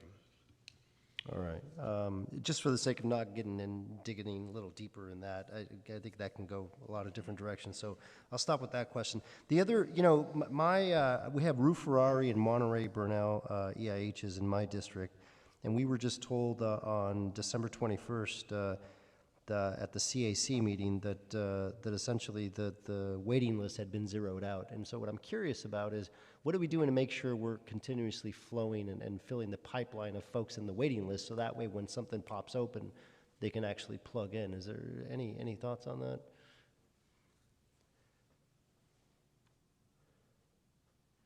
And if you need time, I can ask another question, because I have a different question as well, right? I see folks reaching out to. Thank you, Councilmember Jimenez, Rosalind Huey. I see Reagan Henninger in the audience. I'm going to ask her to come down to address your question. Yeah, thank you. I appreciate it. Hi, Councilmember Reagan Henninger with the Housing Department. We are not taking any new referrals right now because the wait list was so long, and so we're going through a process of cleaning up the wait list. But I don't think the term zeroed out is necessarily the right one, because to me that implies we've served everyone in need, and that is certainly not accurate. Yeah, and that, I mean, if my team's listening, I was given that. I didn't make that up. So I don't know if that's the way it was relayed to them. But anyway, but I understand your point. I guess my point is just simply that to the extent there's no one in the waiting to get a space, that we make sure that we're backfilling that to get folks in the queue ready to go to the extent something opens up at a variety of the different locations. Yeah. So anyway, I just wanted to emphasize that. So we have a queue. We're just not taking new people to the queue right now. Okay, all right. And so there is, we have a broader citywide queue. Is that what you're saying? And then so for a specific location, say Rue Ferrari, there is no waiting list per se, but there is a citywide waiting list? Is that, I'm trying to understand. Yeah, across our EIH sites, we had a wait list at one point that was, I think, over 400 people. And so we decided not to take any new referrals for the time while we sort of clean up the current wait list across all of our sites to make sure things are still accurate. Does this person still need assistance? Circumstances change, right? And people get called into rapid rehousing or permanent supportive housing, or they self-resolve. So there is no site-specific waiting list? There are. Across all of our sites, we had a wait list of over 400 people. Okay, so maybe my team misunderstood, but there are no sites that don't have a wait. Correct. Okay. Every site has a wait. Every site has a wait. Okay. There's not a, hey, I can show up at Rue Ferrari and there's just a bed waiting for someone to show up. Every site has a wait list. All right. Okay. All right. Thank you. Thank you. I appreciate it. Just one other question. So thank you. John, you mentioned that there's going to be a refresh as it relates to the encampment policy processes and things of that nature. Can you tell me a little bit about how that's sort of the mechanics of that, how that's going to take place, and is it eventually going to come back to us to say, okay, we did a refresh, we looked at it again, here are our recommendations, let's move forward with that? I mean, how is that going to take place? That's a good summary, council member. It's about what it will be. Yeah. And you know, we'll add in some analysis looking at other jurisdictions or best practices if we see something that maybe we're not doing and think we should be. And then it'll be up to the city council to then think through those things. And remember, that's the same policy that has all our setbacks in it and things like that. Yeah. So I know that presents an opportunity for the city council to debate, should there be other setbacks? Should there be other areas that we're saying you just can't be here, we're gonna abate you if you're in these spaces? Right. That lines into a whole bunch of other work also that Omar is doing as well, whether it's the lived-in vehicles and where they can and can't be. We've had conversations swirling around, well, can there be sites where people can camp and we won't make a move unless, you know, something goes really sideways or whatever. So all those things are kind of in the mix in this next year for conversations with all of you and us. So they're gonna be some tricky ones, I think. And so within that, would you say is, say, for example, the 12 by 12 good neighbor policy, whether that's working or not or whatever, right? Yeah. Would you say that the cash for trash is in that sort of, that's a category floating That's around? less, that yeah, space? that's less about abatement. This policy is really about encampment, abatement, and management. The cash for trash is a nice little benefit. I don't know that that keeps a person homeless or not or any of that. I don't know that that has an effect. And we feel it's pretty successful. We get quite a bit of trash from that program for what amounts to be very little bit of money. Okay, all right, okay. The reason I asked this line of questioning is what I'm curious, you know, I understand that all of us, I suspect, including myself to a certain extent, we're the policymakers of the city. You bring things forward, you give you direction, right? And then we sort of own it, right? We live with it, and you tell us, hey, you told us to do this. We told us to go down this particular road, and we're down the road. Maybe it's working, maybe it's not. But I think that you know, you all are the professionals doing this work day in, day out on the ground. We're not. I mean, we've been out there. I suspect many of us have been out there. I'd like to see you guys, you know, this is just my personal opinion, is if you see that something's not working, change it and do something different on the go, right? You know, we talk about speed and all the calls that we get.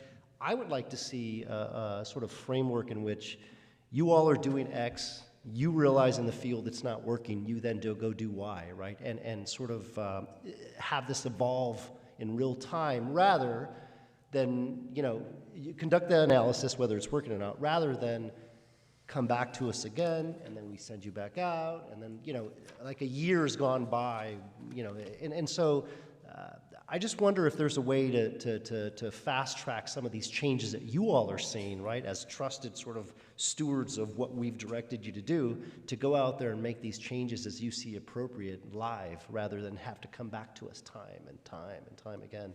Do you have any thoughts? Anyone have any thoughts on that? Yeah, I do. You know, a lot of times with policies, you know, as an executive of a department, there is flexibility there to say, well, this policy isn't quite working in this situation, so we're going to go this way and do that. So we do make those exceptions on the fly, but there are some very, what I would say, controversial things that we would have to talk about. For example, setbacks. If we were going to do something other than what we're already doing, right? Which sidewalks, 150 feet from schools, right? Hazardous situations, those kind of things. But if you wanted to, for example, one of the things we've been thinking around is this idea that, well, when we do abate an area, particularly an area that's been pretty bad for a while, how do we keep them from re-encamping, right? And what's the process for that? And it shouldn't, in our mind, be, well, you just go back, you give them notice, you do your outreach again, you start all over from zero, and right? That there should be some period of time after an abatement where, through some form of noticing or something else, that we can say, we can just come back and tell you to leave. That's it. We don't have to do anything else. We already told you to leave. You left. Then you came back after we told you to stay away. We're not going to do more outreach and XYZ notices and so on and so forth. You're just going to have to leave. But how do you do that and at the same time protect the rights of that individual, right? There's some due process that's involved with that individual and their belongings. So those are tricky things to figure out, but they're things that we're willing to try to figure out. And we're trying to do one right now without having changed the policy. We're literally trying to figure out the one under Guadalupe that we just did.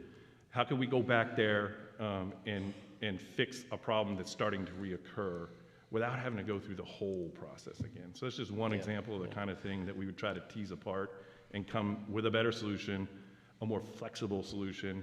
You know, it might include things to say, you know, we have a flexibility to do a range of things under this policy, right? That we sort of have other tools, and everything's not just a hammer and a nail, right?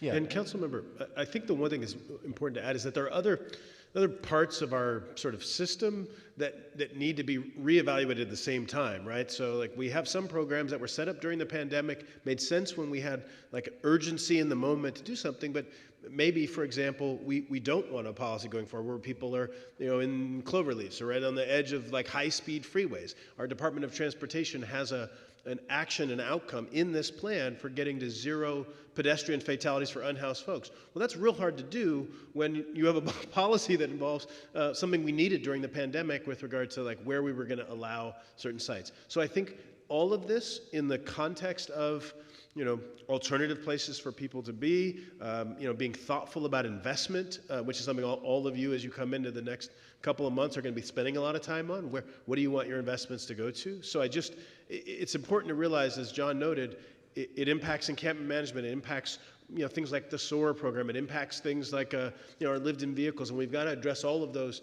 in a thoughtful way. But to your point, and if the body has the same view, with some flexibility and speed. Right, and I threw that out there, and I realize you would need to bring some stuff back, right? Especially the controversial stuff that we need to make those decisions, so it's on us, which I appreciate. But I just think that in the whole scheme of things, that there's got to be things that we can, you can sort of bend a little quicker and make left turn, right turn, and adjust on the fly. And I'd like to see you all do that.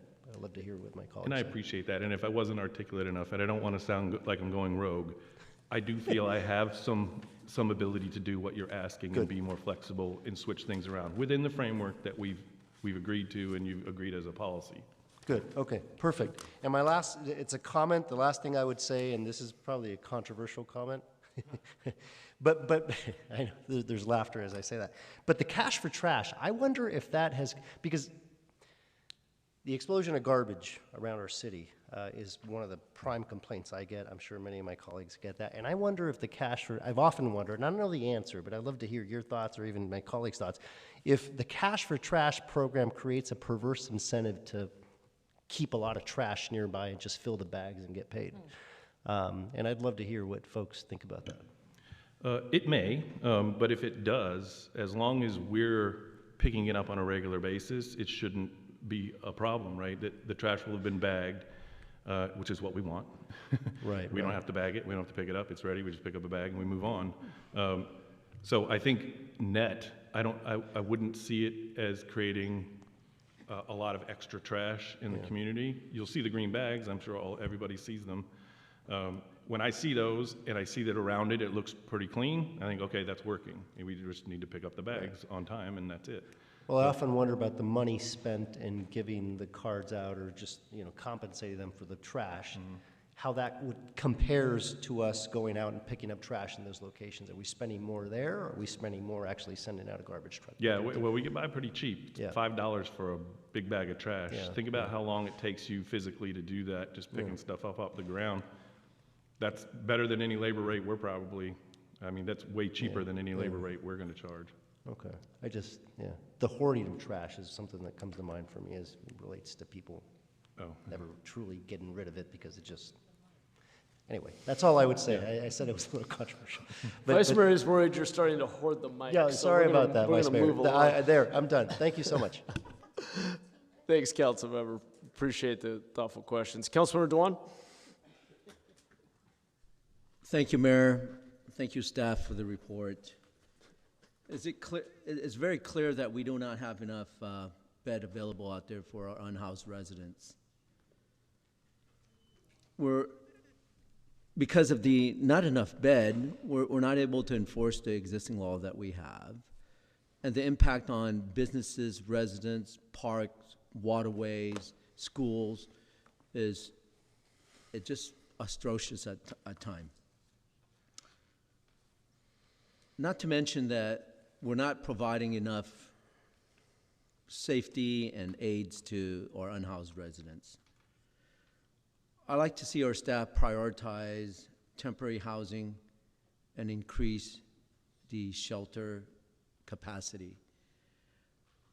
The question is, how is staff prioritizing increase these capacity to meet the needs of those who are sleeping outside in a more rapid pace? Councilmember Duan, I'll start that question, see if any of my colleagues want to answer. So this mayor and council has been pretty direct in pushing for temporary options as part of a comprehensive solution that includes, as the housing department just released, a large $50 million notice of funds availability, because we need the back end, right? So we've got to prioritize the front end, to your point. And so you heard from Matt Lesh just late last year about 2 sites that are being pushed forward.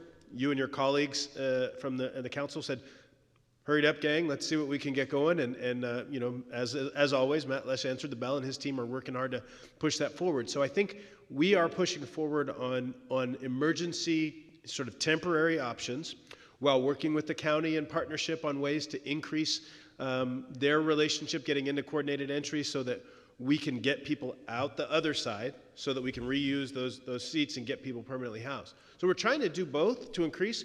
And then I would just mention again, the implementation plan, it pulls the notion of safe outdoor sleeping. It's in the community plan to end homelessness already. It's not a new thing that we sort of dreamt up, but that is about immediate, like better, safer, more managed locations on the temporary side, because to your point, we just don't have, there's no, federal government, state government are not raining money down on us, and we need solutions now that will help people be in a more dignified space. And I think that's kind of your point. So that's what we're trying to do. Well, as of right now, we've got about 5,000 unhoused residents. So the minimum beds, we need to probably somewhere between 4,000 to 5,000 temporary beds, right?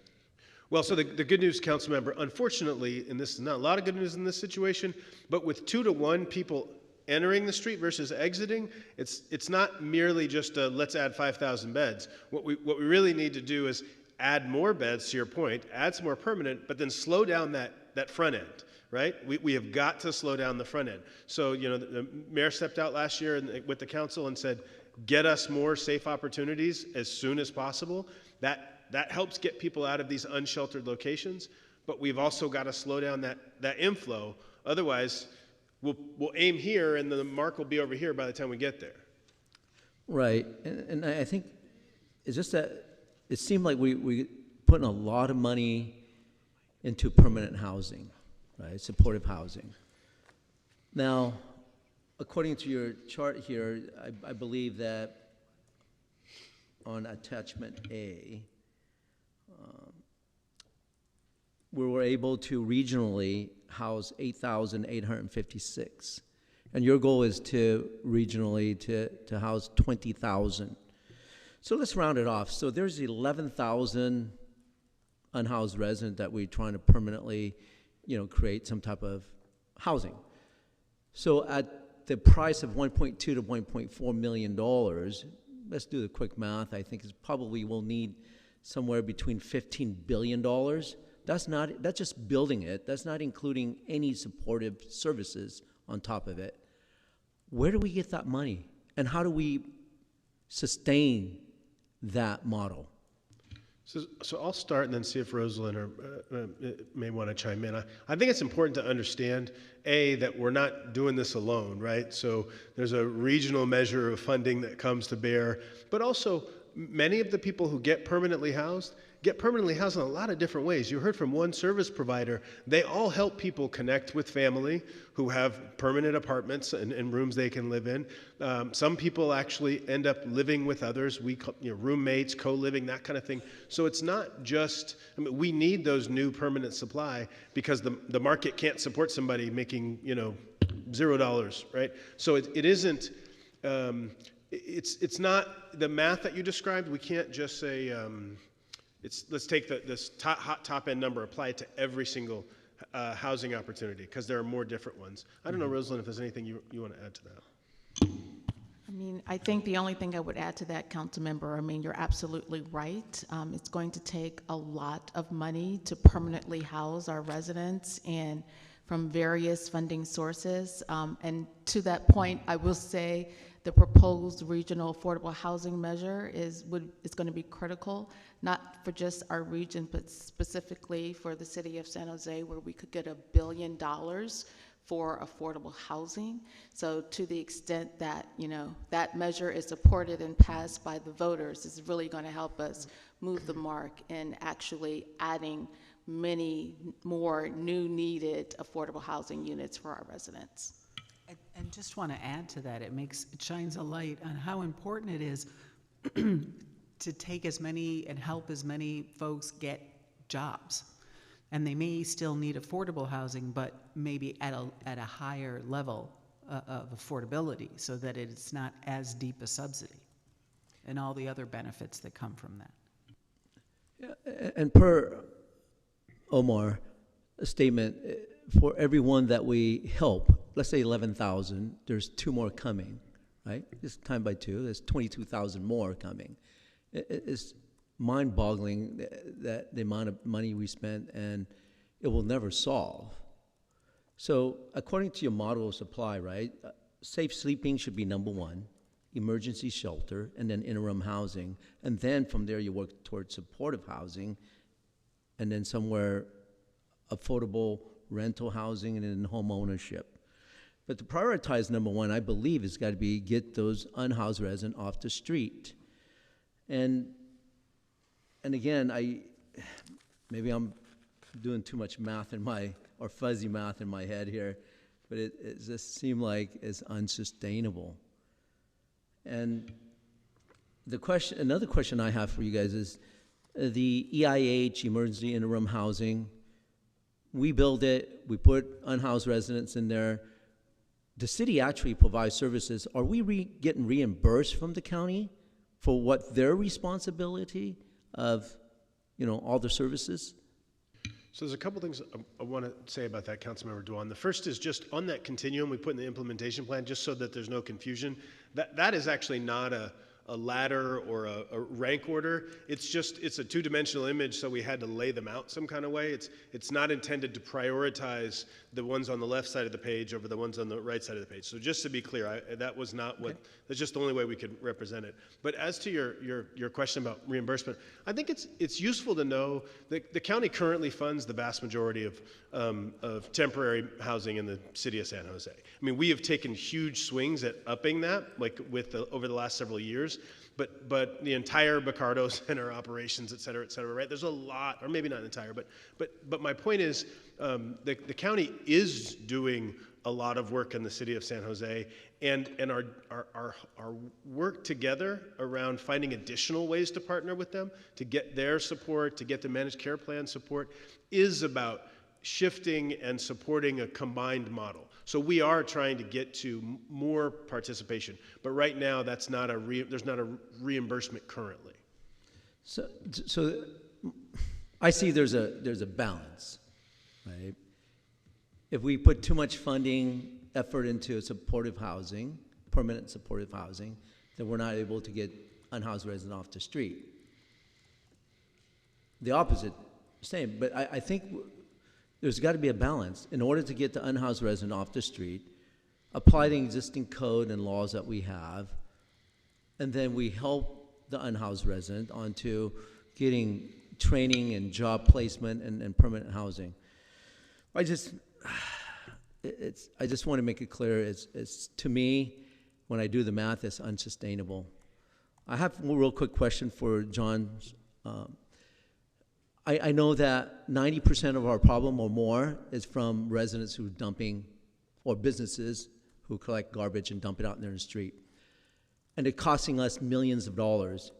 Are you working with code enforcement and police department with camera to identify those bad actors, find them until they understand that is completely unacceptable in our society to do so? Thank you, Councilmember. Yes, we are. I will say that program is not robust enough. It doesn't have enough people working on it. One of the bigger challenges is actually going through all the footage and then being able to identify vehicles. Some of those junk guy businesses you see driving around in their pickups, they get wise to the cameras, and when they're ready to dump, they'll cover their license plate so we can't catch the plate. So, there's cat and mouse stuff going on, but that's another thing. in addition to what I was talking to Councilman Jimenez about, that we're working with the budget office to look at adding resources to, so that we can do more of that enforcement and catch more people. And, you know, the fine's pretty heavy. I think it's up to $10,000, so. Thank you. I think the use of technology with the license plate reader, I think we might be able to catch a few. Thank you very much for your report. Thank you, Councilmember. Appreciate your questions. On to Vice Mayor Kamei. Thank you.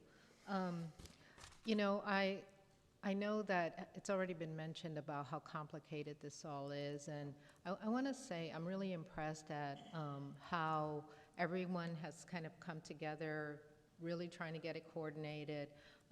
It is a crisis, and I think that you've done a great job in terms of trying to put your finger in all the dikes that exist and holes in the dike.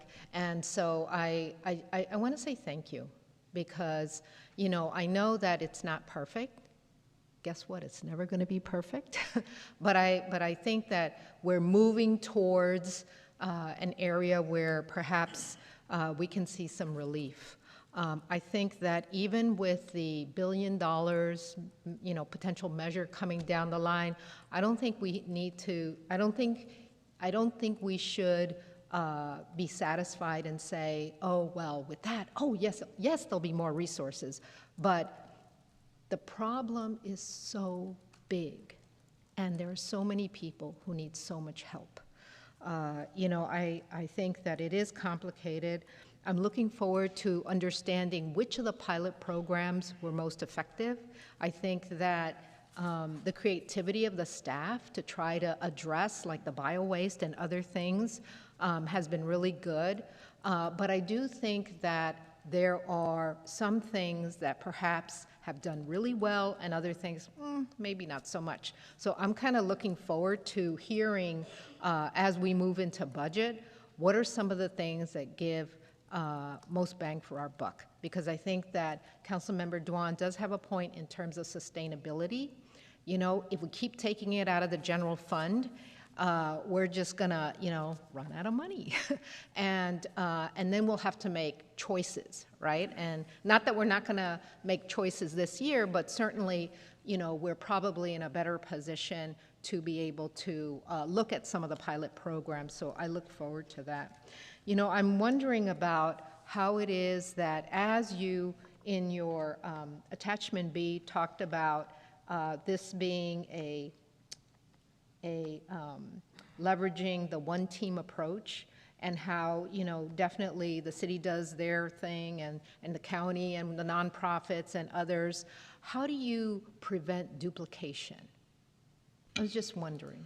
Yeah, so Vice Mayor Kamei, thanks for that question. So I guess I would answer it in two ways.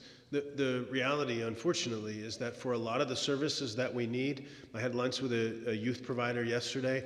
The truth is, like, every possible entity who brings money to bear could spend it on youth homelessness, and it might be the same service done by 3 or 4 people, where none of us have enough money to get there. So one answer is we actually may have duplicate services that, because the need is so great.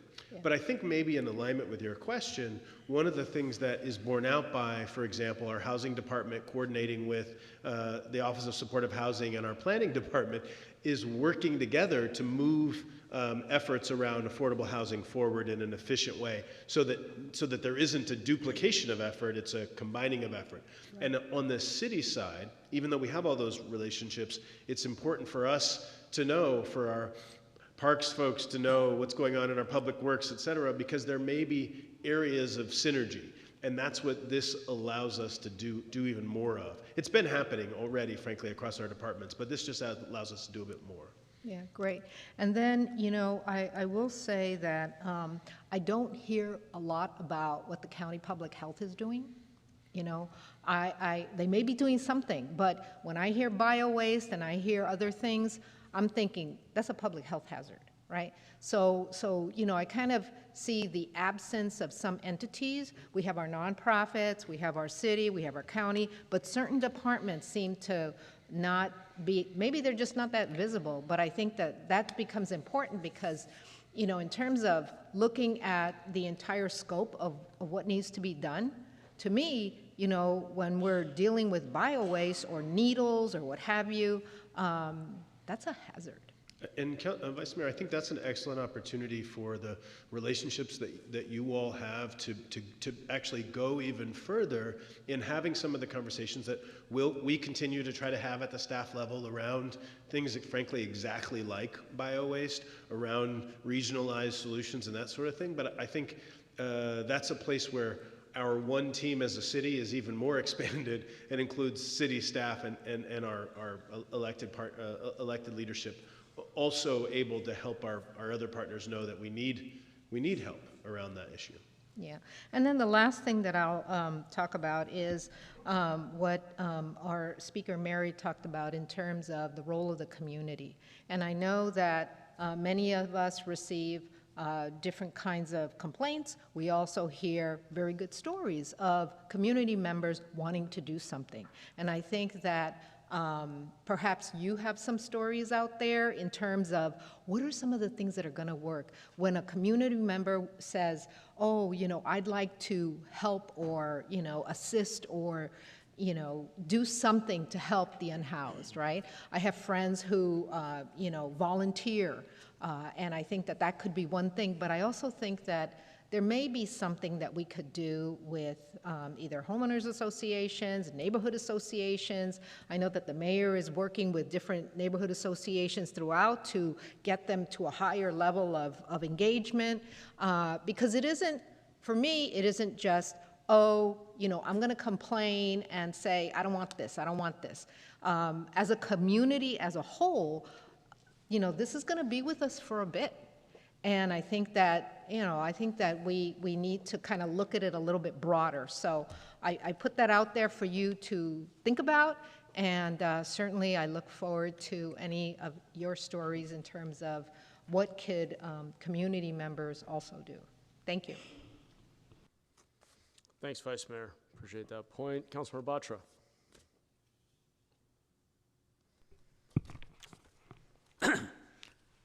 Thank you very much for that report and all the work which is being done by all the various departments we went through, addressing the most challenging problem of our times and human crises. I have a couple of questions on there, and number one, I just seen a report where Los Altos, Atherton, Saratoga, some of these neighboring cities for the last 5 years, they had zero homelessness. Does anybody have any idea how did they do their magic?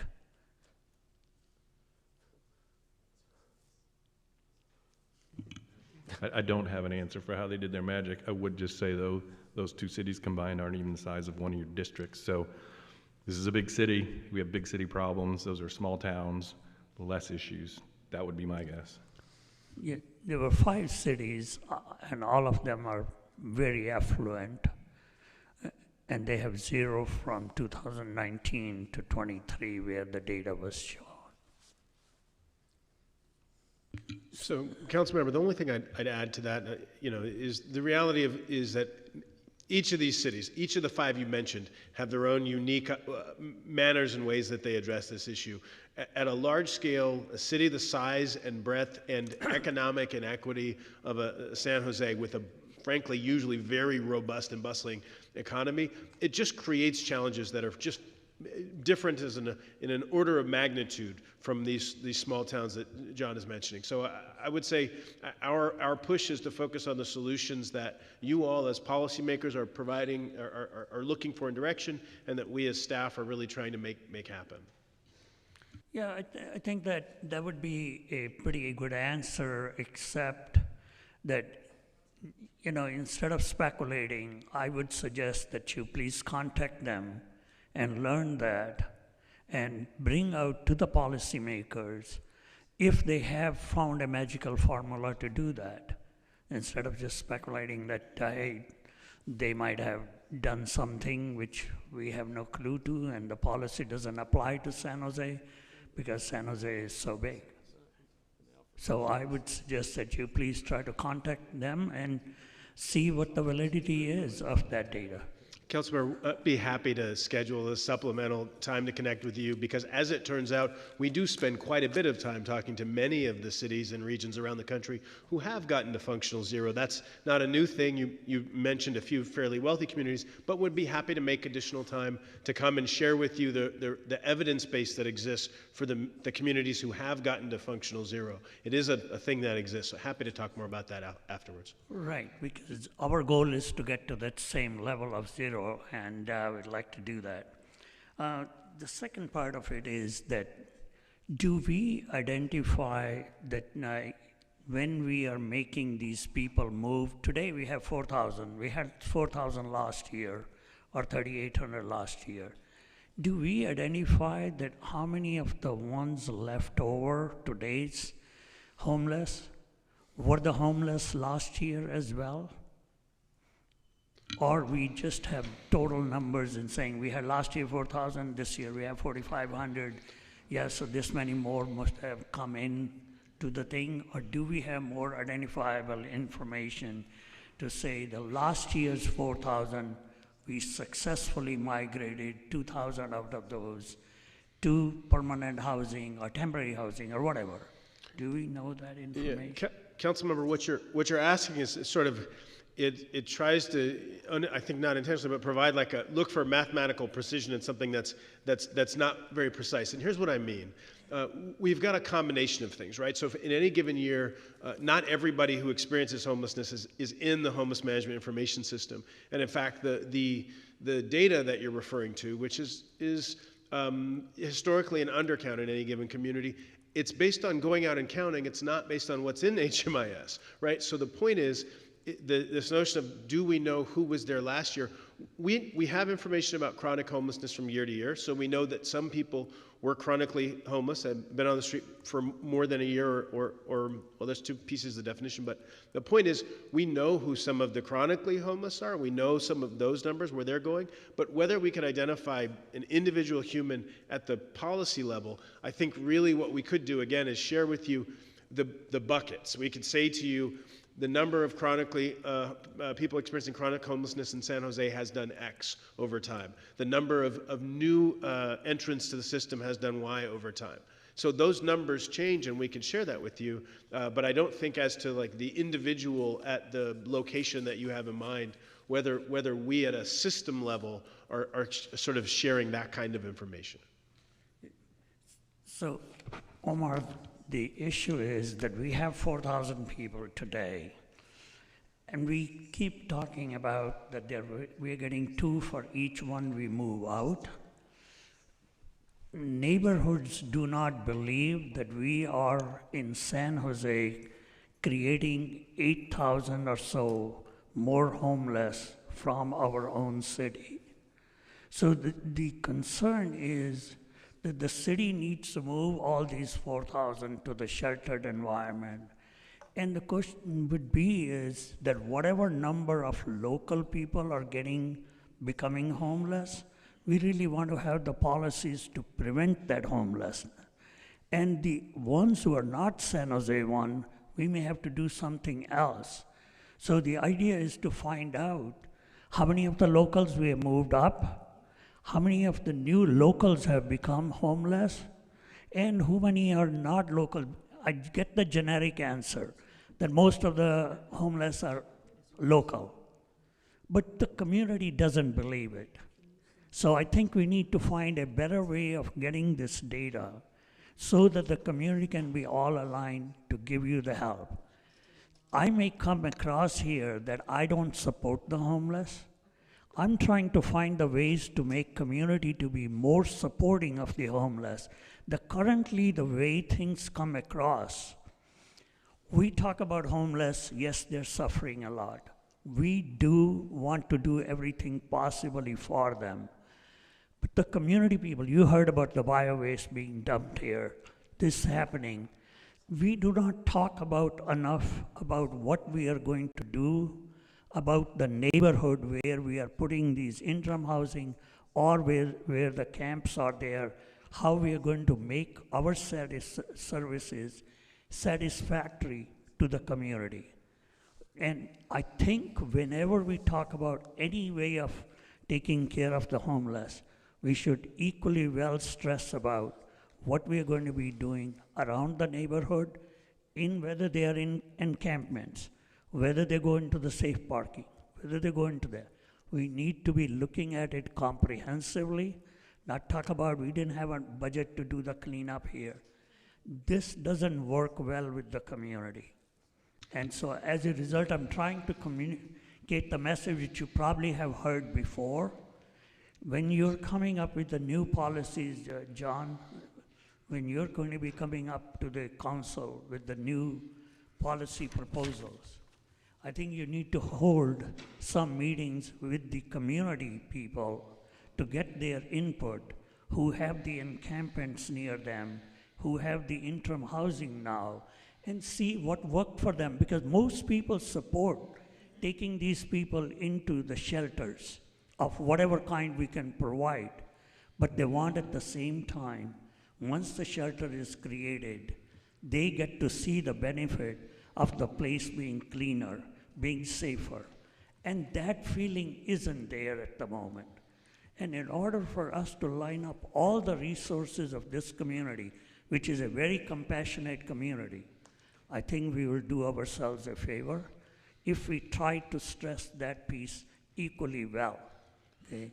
Councilmember Batra, I apologize. Yeah. I also wanted to just mention two things I think are useful. One, when we talk in the implementation plan about expecting cleanliness of each other, about sharing and protecting public spaces, those are examples of having an understanding that a San Jose for everyone is quite literally for everyone who's in our boundaries. And I'll be happy, as I said, to share the Benioff Homelessness and Housing Initiative did a massive, the largest of its kind, 40-year study that revealed the same thing. I know that some of your constituents may not, that there may not be any data that gets them to believe, but if what you're saying is that you haven't seen it, well, I'm happy to make sure we share it with you. It's a very, very comprehensive, including San Jose and Santa Clara County. Yeah, so Omar, I have seen it. I studied many of these reports. I studied university reports and all that. They keep talking about that one in terms of the generic numbers. I'm asking you that if you can do it for San Jose, something more specific, that would be helpful, because I personally have seen those reports from University of Santa Cruz and others, so I'm not short of those data. But I don't have enough convincing data for the community. So I'm asking, this is not that we want to just spend time on getting the data. It is to really to get the buy-in of the community, because the community is compassionate, but some of them are coming to a point where they're saying, I have run out of compassion, and I just don't want them to happen that. So I'm seeking your help so that I can keep the community compassionate, okay? Give me the tools to make that happen, and I'm giving you some ideas. So have a focus meeting with the community so that they can tell you what they expect to happen. You're doing a lot of great things. John, you're doing a lot of great things. But let the community share with them what you're doing and what you are more willing to do it or less willing to do it. I think it will do us all good in terms of getting this thing done for the community. Okay. And the one comment I want to make about what my colleague here talked about, this cost, I also agree that we will never have enough money, even with the regional bond, to be able to build those $1.2 million apartments for all the ones who need it. So our path has to be path to self-sufficiency. So I agree with the resources we are spending on making these people productive, work to future and other things so that they will have income to sustain themselves and would be not needing $1.2 million apartments built for them. So I think our emphasis on trying to get them to the path to the self-sufficiency, we need to devote and develop policies towards that one, okay? agree with doing the prevention a lot because we cannot afford to keep on bringing 2 more people there because taking them from unsheltered to a shelter is a very expensive proposition. Preventing it right at the source is a much better ROI. And I recently read a report on that one, the effectiveness on that one. So in all your proposals you are bringing in, please emphasize the prevention and make this thing happen. I believe if you do the right things, San Jose can be homelessness problem could be gone in less than 3 years. Okay. With the 4,000 we have today, we should be able to shelter them. We should prevent any more coming into the system, whether from San Jose or from outside. And 3 years down the road, with all the EIH we build and our plans, we should be able to house all of them and not have to worry about this homelessness problem. Okay. Thank you, Council Member. I appreciate your comments and questions, and those of all my colleagues. I did want to ask a few questions. I know we've spent quite a bit of time on this item, and this is not a new topic for any of us, but I do want to just try to touch on a few things. Thank you again to staff. I think, to me, what is exciting about this report is that it shows a level of urgency and pragmatism that is warranted, and I've been pushing for more of that, but the inclusion of safe sleeping to me is very promising. If we're going to do what I think many of my colleagues are speaking to with a sense of urgency, if we're going to create managed alternatives that reduce the impact of unsheltered, unmanaged homelessness on both the unhoused population and the entire community, and create some of these quality of life and public safety and public health issues that people are bringing up, we can't wait years and years and years to build the perfect. We're going to have to do things that are extremely scalable and cost effective. And even as we just discussed with Barry S.'s safe parking, frankly, at that cost per parking space, that's not very scalable. So we're going to have to explore things like piloting a safe sleeping site, as we're seeing Sacramento and San Diego and other places do. So I'm glad that we're thinking about a full continuum from safe sleeping through interim to affordable housing to market rate. It's got to be all of the above. I also appreciate that the plan and the report you put out emphasizes things like expectations, codes of conduct, expecting cleanliness from everybody. We've got to hold everybody accountable. To Councilor Jimenez's point on cash for trash, frankly, whether there's any cash involved, I actually think maybe an expectation should be that whoever you are, housed or unhoused, there's got to be certain trash management. We'll provide the green bags for free, but we've got to get trash in the bags, and then we've got to pick them up. I mean, we cannot persist. We cannot continue with the level of trash and blight and the public health risks that we're seeing across the city. I think we all know this, but I appreciate, again, the emphasis on basics like safe sleeping, like cleanliness. I did want to talk about a few things. One, on safe sleeping, well, even that will have a cost. Can you just remind us of the cost of leaving folks in unsheltered, unmanaged encampments? And we may get into some of the police and fire and emergency room costs. I've seen different estimates, but I think we should always be grounded in the reality of what the status quo actually is costing today. So thanks for the question, Mr. Mayor. I think so. We are in the process as a city of developing the data. The county has produced some regional numbers that are in the tens of thousands in terms of order of magnitude per person per year. One of the things that you saw in the implementation plan is we developed a specific, uniquely identifiable encampments by different tiers so that we can get to a point very, very quickly to say things like, how much is this costing in terms of city services, in terms of lost opportunity for the individuals in that encampment? We have to be able to answer those questions, and so we're developing those tools right now. Okay. I'm glad to hear that. We have dedicated outreach teams who respond to unmanaged encampments, but it's largely reactive, and often we're asking people to sort of enroll and go to the VSPID app, but then we're not have necessarily anywhere for them to go. And so if we were to expand or pilot a safe sleeping site, how would that interplay with outreach? And how would we How would we hold outreach workers accountable for actually referring people to safe sleeping? How might that change what outreach in encampments and unmanaged encampments looks like if we now have designated safe sleeping sites as a hypothetical? And I know, again, you were just down in San Diego where they just stood up, was it 410 nearly 500, right. Yeah, so there's a couple things I'll say. I think we have learned, our housing department staff and others in the region have learned that the sort of a proactive case-based model is more effective than the sort of reactive, to your point.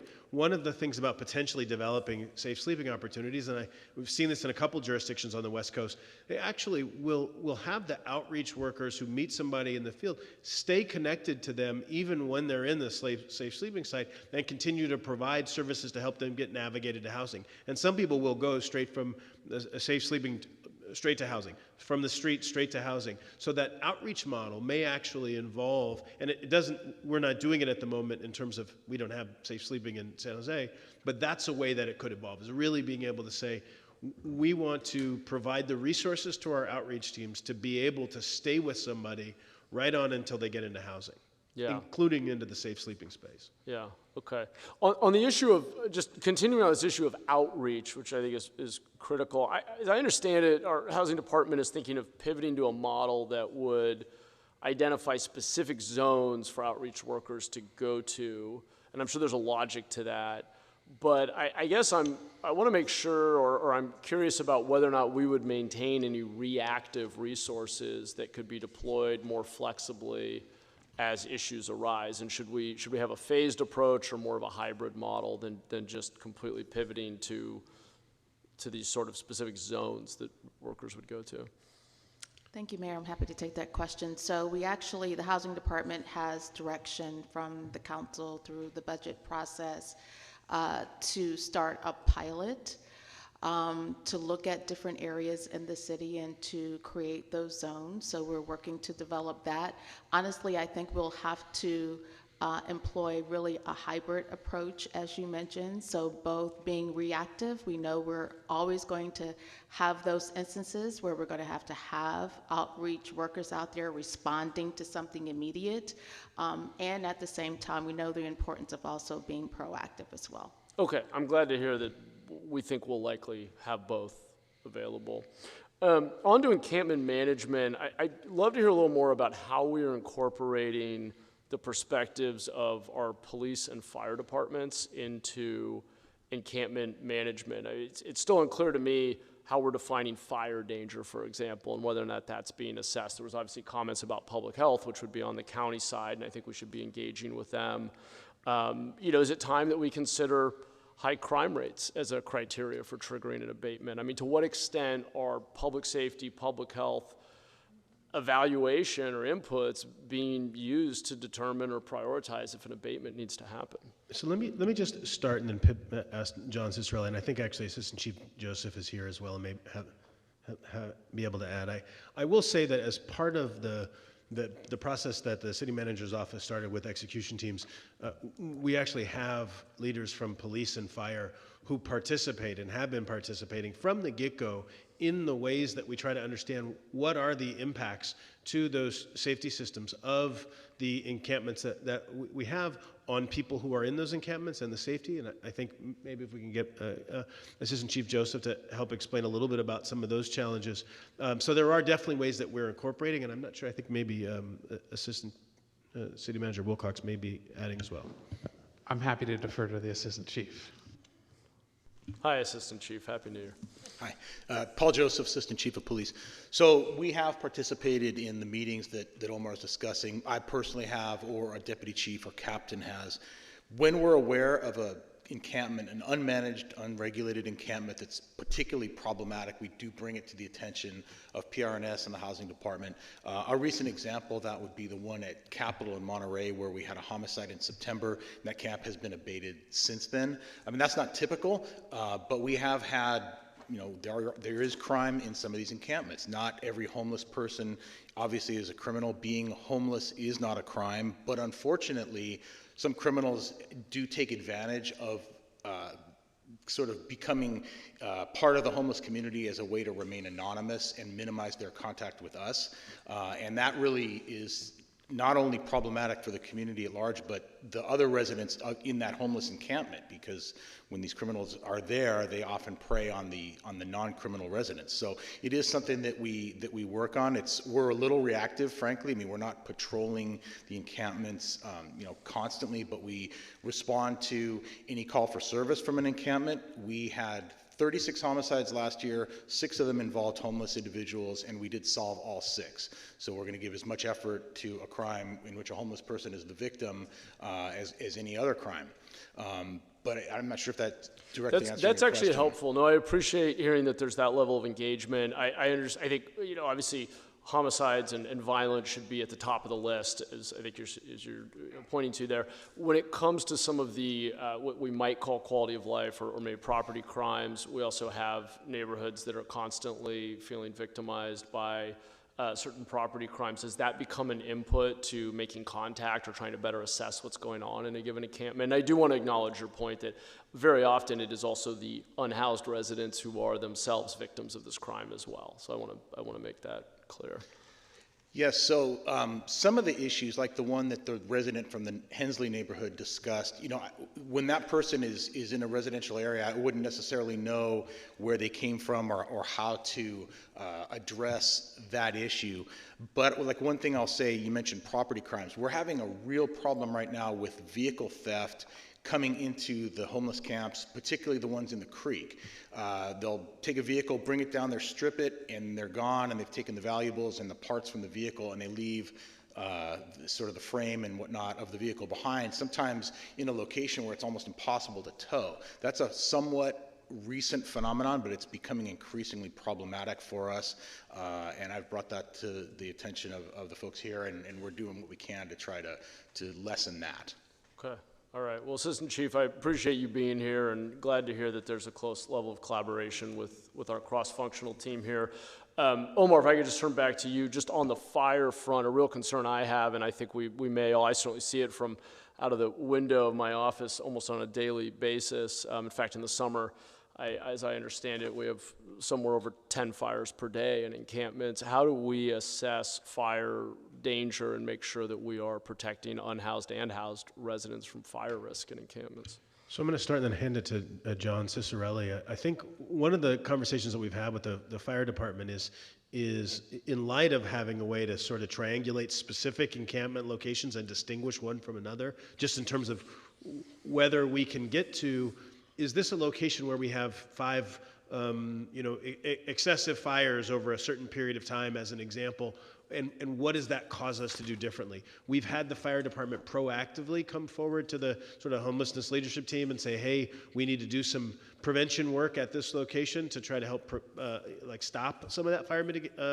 fire risk. But to your point, Mr. Mayor, and I'd like to pass it to John, I think part of what we're trying to do with the fire department is figure out how do you begin to understand at a system level which locations need maybe something other than the standard treatment because they are at not just greater risk, but we actually see more fires that are dangerous for the residents and others. So I think that's part of our near-term plan, some of the framework for shared public spaces that are coming. But John? And just as you're transitioning to John, I know I talked a little bit about abatements, but I'm also wondering, are there specific rules? Councilor Jimenez mentioned the 12 by 12 rule. Are there other rules that could be incorporated into a code of conduct that we could hold people accountable to that would reduce the level of fire risk, just as an example? Go ahead, John. Yes, there are, Mayor. In fact, a good example of one that we enforce currently is when someone attaches to a fence line, right? A residential fence line, you're up against particularly wooden fences and things like that because it creates a fire hazard. And now you're impinging on someone's personal property or private property. To the point the Assistant Chief made, we meet, our staff meets with all the captains every month on a regular basis to talk about crime and fire issues, right? And so we're very aware of those. Omar mentioned the fire department asking us to do some work. So one of the things they like us to do is around mobile home parks. Mobile homes are notorious for going up in flame in just minutes. And so they like to create a fire break if there's a lot of fuel that's around that mobile home park.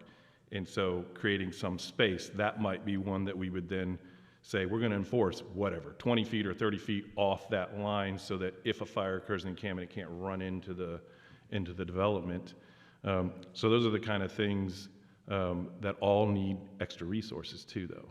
Yeah. Because you can create that space, create that 30 feet, I can mow that grass to the ground, have no fire or fuel, and I'll walk away and people will just move back into it. So unless you have the resources to keep them out of that space and sort of enforce that line, it's a little tough for us because generally speaking, they're going to trickle back in. Yeah.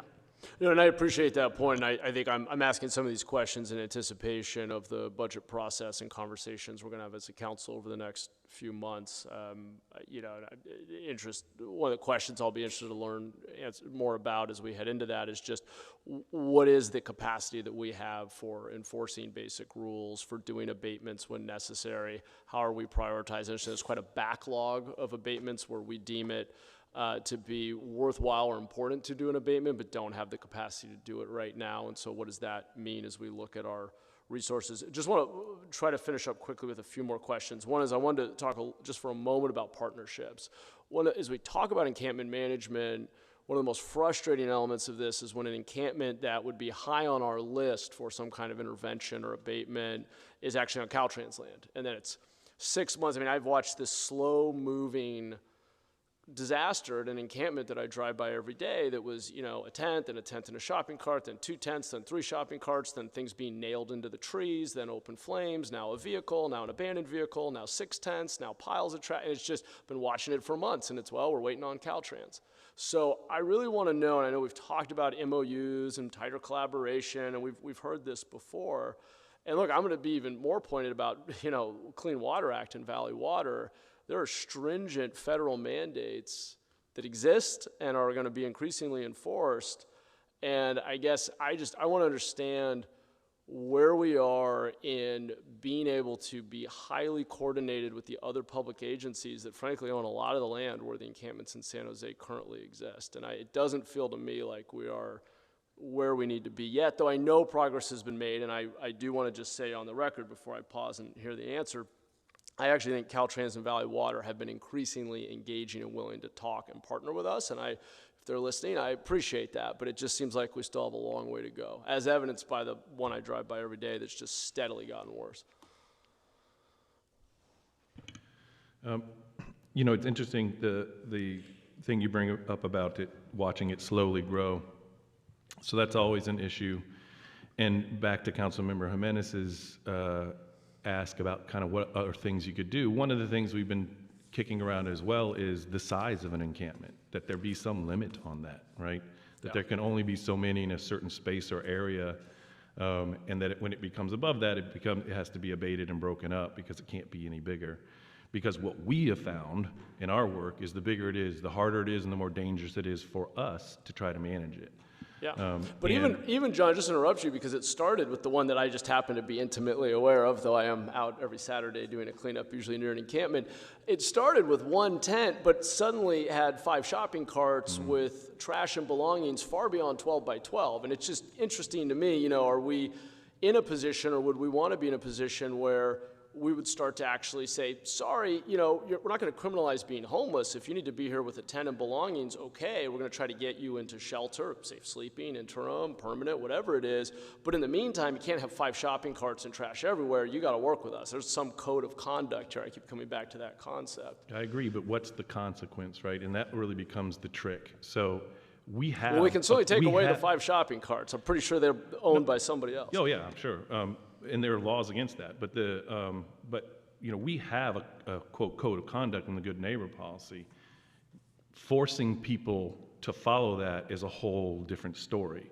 It's one thing to have a conversation and convince them, and people will generally work with us, but there are other folks that just frankly don't have the capacity mentally or in the throes of their addiction and the crisis that they're in to really do anything consistently. And that's when you see so many things kind of explode like this, because you can catch them in a moment where they're talking more sober and rationally with you, and they'll get it, yeah, oh, totally, oh yeah, I'll take some extra bags, I'll pick some stuff up. And they might even do it a couple times, but then, everything's going in different directions for them, and they're not very capable in the way you and I are. to deal with day-to-day things like we think that's easy. Just pick up your trash. Why is that such a big deal? For them, it is. And, Yeah. I don't have great answers for that, but No, the that's more fair. important part is, how do you enforce that, right? Yeah. Because we can't just run around and abate everybody that doesn't follow the rules. We certainly don't have that capacity. Mr. Mayor, I suppose I'd add as to Valley Water specifically, I think part of what we're seeing, I think positively, the City Council took a position as part of our legislative process to support AB 1469, which was Valley Water stepping in to be able to do more and provide more support. That passed. It has adopted. Even since then, which just barely happened a few months ago, Valley Water said, hey, let's pull some folks together. We pulled in partners from Santa Clara County Housing Authority, the Office of Supportive Housing, and Destination Home, and said, well, let's show us what you got in terms of property. And so we actually started having a conversation, and what they said in that conversation was, look, we may have some opportunities for permanent housing, but also because of where our properties are, these may actually be good candidates for temporary or safe outdoor sleeping type situations. That's preliminary, but moving forward now that we're in the new year. So I think they are interested in being part of that solution. Yeah, well, that's good to hear. Okay. Last couple questions here. I'd love to hear, and I'm sure my colleagues would as well, how conversations are progressing with the county to potentially bring some of our EIH capacity into coordinated entry, get the county to do some cost sharing around provision of behavioral health and other basic services that frankly are the responsibility of the county, where we've taken on a lot of cost that at least pre-pandemic were never really in the purview of the city. So I'll start with one and then maybe see if Rosalind has any that she wants to add. I think we've had some, good progress both with the county, not just the Office of Supportive Housing, but a few other portions of the county government, but also the health-related reimbursement that you mentioned, Mr. Mayor, that CalAIM process. The managed care plans have actually been very eager to partner with us on, at first a pilot and then ultimately longer-term reimbursement that could be applicable at our interim housing. So on the one hand, I'll just mention as far as those go, those meetings probably once or twice a month, moving towards trying to get a pilot stood up even this fiscal year before we get into budget process to kind of see how it's going to work and then be able to plan longer term around things like recuperative care beds, which are basically, if you're sick and you have a house to go to when you leave the hospital, you go to your home. If you're sick but not like fully able to recover, but you're unhoused, you don't have a place to go. So you end up backing up the hospital room. Recuperative care beds are the type that allow people to have a place to go afterwards. We're talking with the health plans about how to make that a possibility for reimbursement. It's a little more complicated than I want to go into now because it involves working with our service providers, right, who have to figure it out a little bit, and Medi-Cal reimbursement is not for the faint of heart. But so that's one thing. And then on the county side, we've been having this conversation with the county for several months, frankly, and I know that the housing department is actually in the process of proactively working on one specific site to do more coordinated entry type model. And in addition to that site, and we'll see if we've got some comments from colleagues, but in addition to that site, we've essentially said to the county, look, we're open to even more of our existing and future sites. There are several, and so they've said, we're open, let's keep working. And I think the rubber meets the road in the next sort of few months as we both head into our budget processes. So we're really going to be pushing hard on that one. Rosalind, I don't know if there's anything that you wanted to.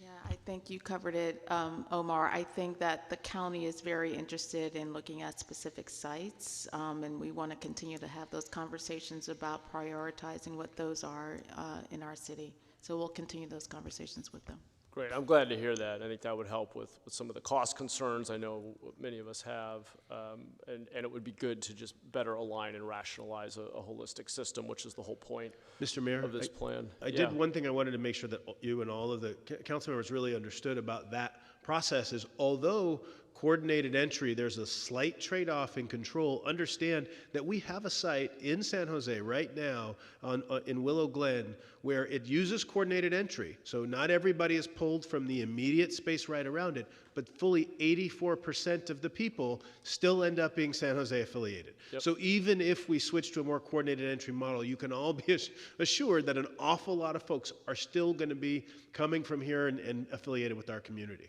Correct. Yeah, we're still going to see most of the benefit because we have most of the unsheltered population. Just on behavioral health again, John, given some of the changes at the state level with SB 43, which obviously will take some time to implement, though the county is committed to implementing as quickly as possible. You've got Prop 1 coming in March. Is there a linkage when we have either Beautify staff or housing or a nonprofit partner, their staff out in encampments, and to your prior point that somebody may not have the mental capacity to even manage the trash? Fair enough. But is there a protocol and a linkage to county resources that really we cannot, this is not our domain. We don't get the funding, we don't have the expertise. We may observationally say, wow, I think this person's really struggling with some kind of serious behavioral health issue. Are we constantly bringing that to the county? They need those data points. One of the things I hear from our police captains whenever we're out talking about crime is call it in. We need those points. We need those dots on a map. We need the data. We need to know. Are we bringing that to the county currently? And do we know who to send it to? And how do they respond when we do? On behalf of the Beautify work, I can't speak to what our nonprofits are doing specifically. I assume they're referring them or trying to contact case managers, but I don't know. We do it in a more limited sense, since really the outreach isn't much our responsibility. But what we recognized was that when we're going to a site and we're trying to work with people and someone is in crisis, we need that connection.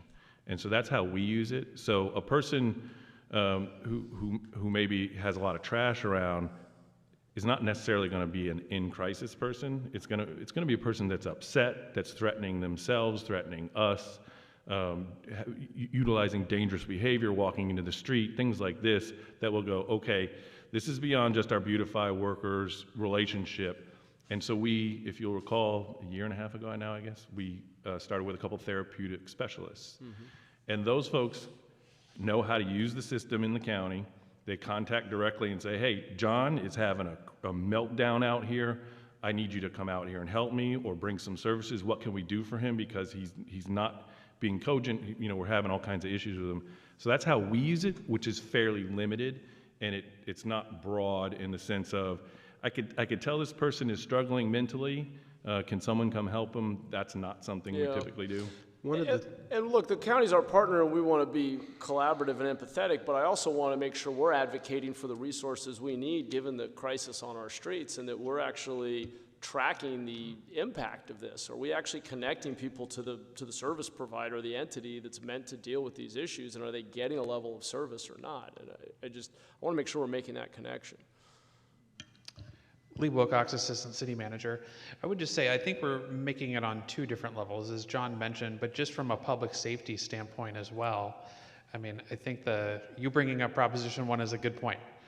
I think even the county, as we've learned through our 911 call analysis and working on the joint meeting with the county, they lack the sufficient resources from the state and policies, laws, and resources to lend them to us on several of these efforts. So you, as a council, separate from how we're working with our unhoused community, next month we'll see the 911 call analysis and what we're responding to, and how that works with the county around 988, and how a call starts, how it ends, and where there's stopgap measures.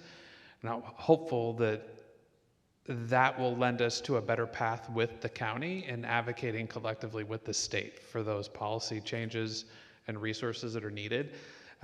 Because the therapeutic specialists are so good. MCAT is so good, but it's a fraction of the time we're able to use those resources from the county based off of the volume that we have as a city and trying to respond to those things. Yeah, and I totally agree, and I'm looking forward to talking more about Prop 1. I fear that because for so long we have been able to get appropriate treatment and support for this population, that there is now a complacency or a resignation, and therefore an underreporting, and therefore maybe not even an accurate assessment of how much need there really is. And so when the county tells us we have no beds, I'm not sure they even really, I don't know that any of us know how many beds we really need. And Prop 1's obviously going to, if it passes, be helpful, but not enough either. So I think we need to keep, I mean, again, as I just keep going back to, I was out with Captain Tibaldi the other day to community events, like call it in, we need the data points. And I think knowing the data is important for them assessing what they really need. Okay, my final question, I want to just ask about preserving our progress. I think we had an example that John referenced, which is sort of at one end where it's pretty obvious to me that we should be investing resources in preserving the progress we make, and that's we apply for an encampment resolution grant. We spend a couple $1 million offering people housing and services, and then cleaning up and resolving a massive encampment in the District 3, District 6 area here, 280 to Julian. We get a bunch of people into housing. We clean up and clear an area, restore public access to trails along our river. Having that be re-encamped is going to send a bad message to our community, to our stakeholders in Sacramento who provided us with the funds to do that, and undermines the whole point of clearing public space and kind of restoring it. So it sounds like we are making some efforts to try to prevent re-encampment there. What criteria do you think and this will be a conversation I'm sure we'll have in the coming months, but that we might use to determine when, after an abatement, we should be really on top of not allowing a return? And that's tricky because you may go do 20 abatements, some of which are very small, and we probably can't realistically preserve our progress or keep encampment free all of those areas. So what are the kinds of things we might use as inputs? Just curious to hear any early thinking around when we might impose no encampment or no return zones and preserve the progress we've made when we've invested a lot of money in clearing an area. Yeah, I think the place I'll start and then see if John wants to add is the last budget cycle, this Mayor and Council actually called for the development of a framework that would address the types of criteria associated with exactly this point, right? And so, as mentioned, we're sort of working on that exact thing now in process with all of the departments to get at what are some of these criteria. Because to your point, if we, whether it's substantial investment as a factor in whether like we spend a lot of money housing people, is that one of the things that we should be considering? Are there other sort of sensitivities to a given location? You mentioned earlier the notion of the Clean Water Act and the massive sort of Damocles holding over everybody as it relates to the mandates that are coming down, not just now, but even just within the next 2 years. So I think those are things that the resources you all have given us as staff to go forward with are what literally happening in real time. And so we are convening a combination of parks and on to say, what are those criteria? What should that framework for shared spaces be? John, I don't know if there's anything you want to add to that. And when would we get visibility into your thinking on that? Soon. Okay. No, I'm hedging. Mayor, all jokes aside, I would just say we're just back out of the holidays. Folks are moving in and really pushing to set this up. We have a meeting about it tomorrow afternoon. I would just say we need a little bit of time to make sure that the staff, who are also all involved in the programs they're doing, to come together to come to that. So we will push to get it done quickly. I appreciate that. I think it's important that we continue this conversation as we get into the budget cycle. I think there's a lot of, I really want to appreciate my colleagues' questions, comments, sense of urgency. I think this is the central issue that affects so many others.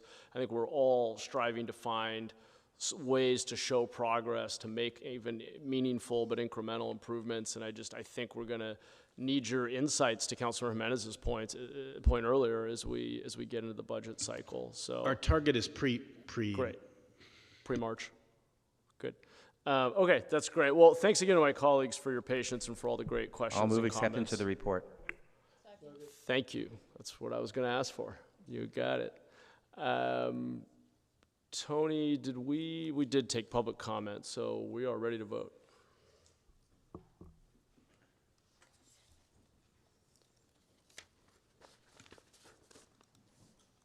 Motion passes unanimously.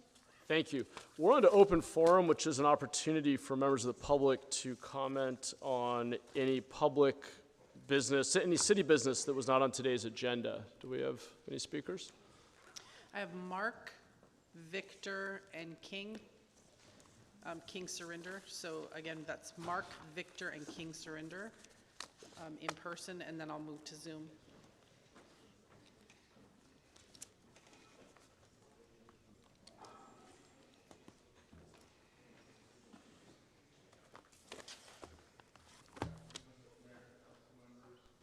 The staff and the other visitors here. I wanted to come and thank you for the efforts I see in homelessness. My wife and I have seen quite a difference. I never thought I could stand in St. James Park and see a clean park that was vacant. And to think that those people may be in a place where it's helping them more makes us feel better. Also, I came here on a council meeting a couple of years back when we had people from a church that were screaming and yelling at everybody, trying to get you to put their rights before our health and our lives. And I meant to stand up and say thanks for taking the common sense approach and following your oath of office to protect and serve us, and that life comes before liberty. And let's see, that was that. And then on another issue, my wife and I bought a house. It'll be 9 years in March. We bought a home in Willow Glen. And we're kind of surprised how long it takes to get things done. We understand it's a big city. I've heard them say that, but there's also a lot more people who's supposed to be helping. We have a sunken street that damaged my car and could never get it repaired, and it's going to be 9 years now, and couldn't get the car fixed and reimbursed because it went past a year. Also, our park, River Glen Park, takes 4 years to fix one of only 2 tennis courts. So everybody's fighting over a tennis court. It's taken 3 years. Now we only have 2 basketball courts there. It's taken 3 years, nothing. And the guys over there at the Maybury are just waiting for somebody to call them, come out and fix it, or hire a company and come out and do it in a matter of days. The issue that really bothers me most is the city of San Jose has this very disturbing pattern of discrimination on the ADA, Americans with Disability Act. I have had at least a dozen encounters with police officers. Your time. Next speaker.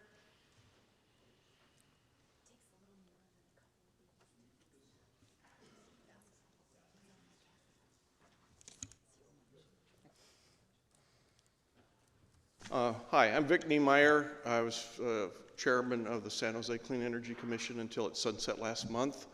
I'm speaking, though, only on behalf of myself. I'm here to bring your attention to some comments that I submitted to the clerk this morning for your attention. I'm seeking your consideration of an aggressive rate reduction for San Jose Clean Energy. We can do this, I believe, because the finances were flush. As of last September, there was over $200 million in reserves. At the rate we're going, we'll have another 150 or more million added this year. We do this because our rates are well above our costs. And and I'm mentioning it now because in 2 weeks, I believe, the staff will bring a proposal for rate reductions, or rates. As of last fall, they were leaning toward a rate increase. That disturbed me. I spent some time looking at the books. I think these numbers are real. I'd be happy to work with anybody to help sort of show the work. What would 20% mean? This would be like $25 per customer per month, averaged. So I hope you give it your consideration, and I hope I can help you if you want to think about this more. Thank you. Thank you. Next speaker. Am I next? Yes.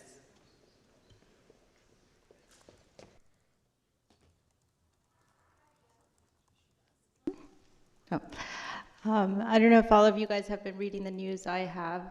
Susan Bassi, who reports for the Davis Vanguard Group, has been unraveling for years the corruption in Santa Clara County family courts, which I am now a victim of as well. So I would like all of you guys to get informed, and then also with the San Jose Mercury News and their many biases, get informed. Things are going to change, and they're going to start changing rapidly.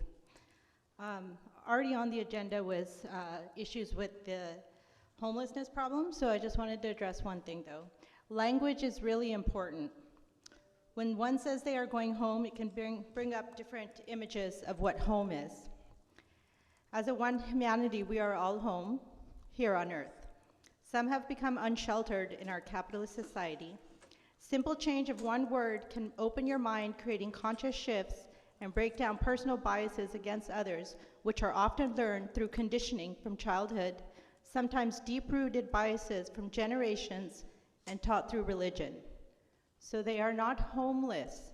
They are living on the same planet with us. They are unsheltered and they are unhoused. They have trash. We that have homes and stuff probably make more trash than the houseless and unhoused residents do. And so please get to work and get people into safe shelters. They are not homeless. They are citizens of Earth with all of us. And that simple shift can start changing your own biases to see everyone as a human being, as an equal. Thank you.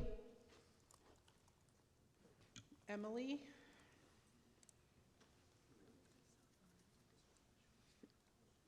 Hi, my name is Emily, and I'm a resident of District 3. During the City Council meeting in December, the mayor's response to constituents asking for the council to pass a Palestine resolution was that there is a City Council policy stating that the City Council cannot take positions on matters of foreign policy. I'm wondering why this is an excuse to not call for an end of a genocide when the City of San Jose had no problem taking a position on the Russia-Ukraine war and standing in solidarity with Ukraine. From the City of San Jose website, the City of San Jose is closely monitoring the ongoing conflict in Ukraine and proudly stands in solidarity with Ukraine and our Ukrainian community in this extraordinarily challenging time. There's also a press release titled, "San Jose Mayor Council Members Stand in Solidarity with People of Ukraine." Why can the city now not stand in solidarity with Palestinians facing a rapid and horrific genocide? I understand this City Council policy, but if the city will pick and choose when to follow this policy, this feels like an appropriate time to also not follow it. Please explain why the City Council could stand in solidarity in one scenario, but not with Palestinians. Thank you. Ms. Ryan?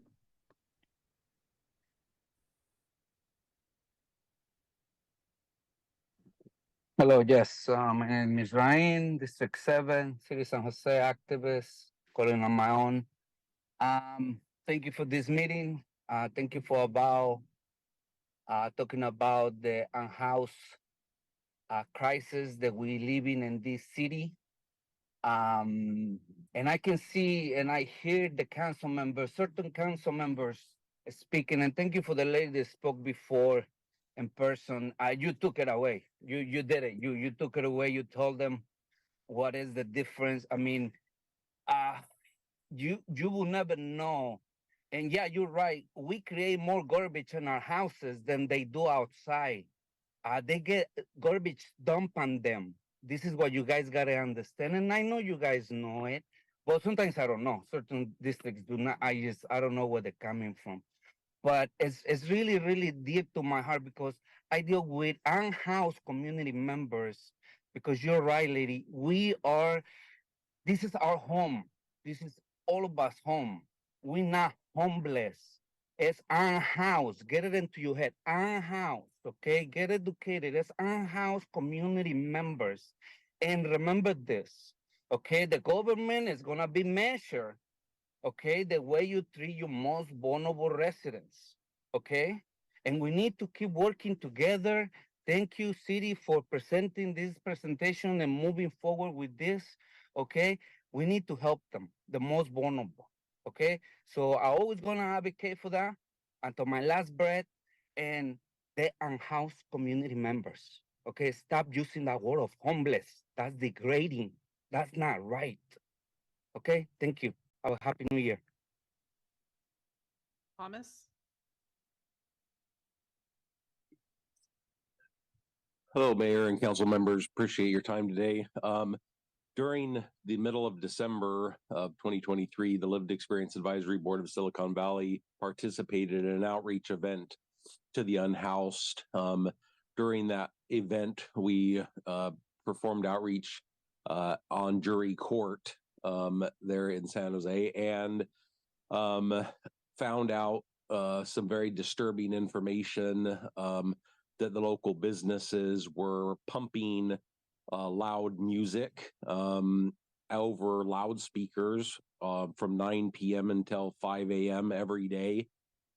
turning sprinklers on the owners of the RVs where these unhoused individuals are residing, and also putting illegal cement blocks in the city streets, blocking public parking spots.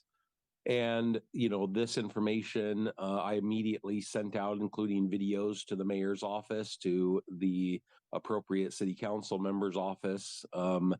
I got a form letter back from the mayor's office. I have had some response from the city manager's office, and I've been told that they are working on it, which I believe that they are. My concern is that if this was one of your houses that had loud music blaring on it and your family was unable to sleep all night long every night, and this type of psychological torture was being inflicted on your family, we would not be sitting now coming up into the middle of January with this still happening. Please do something about this and fix this problem.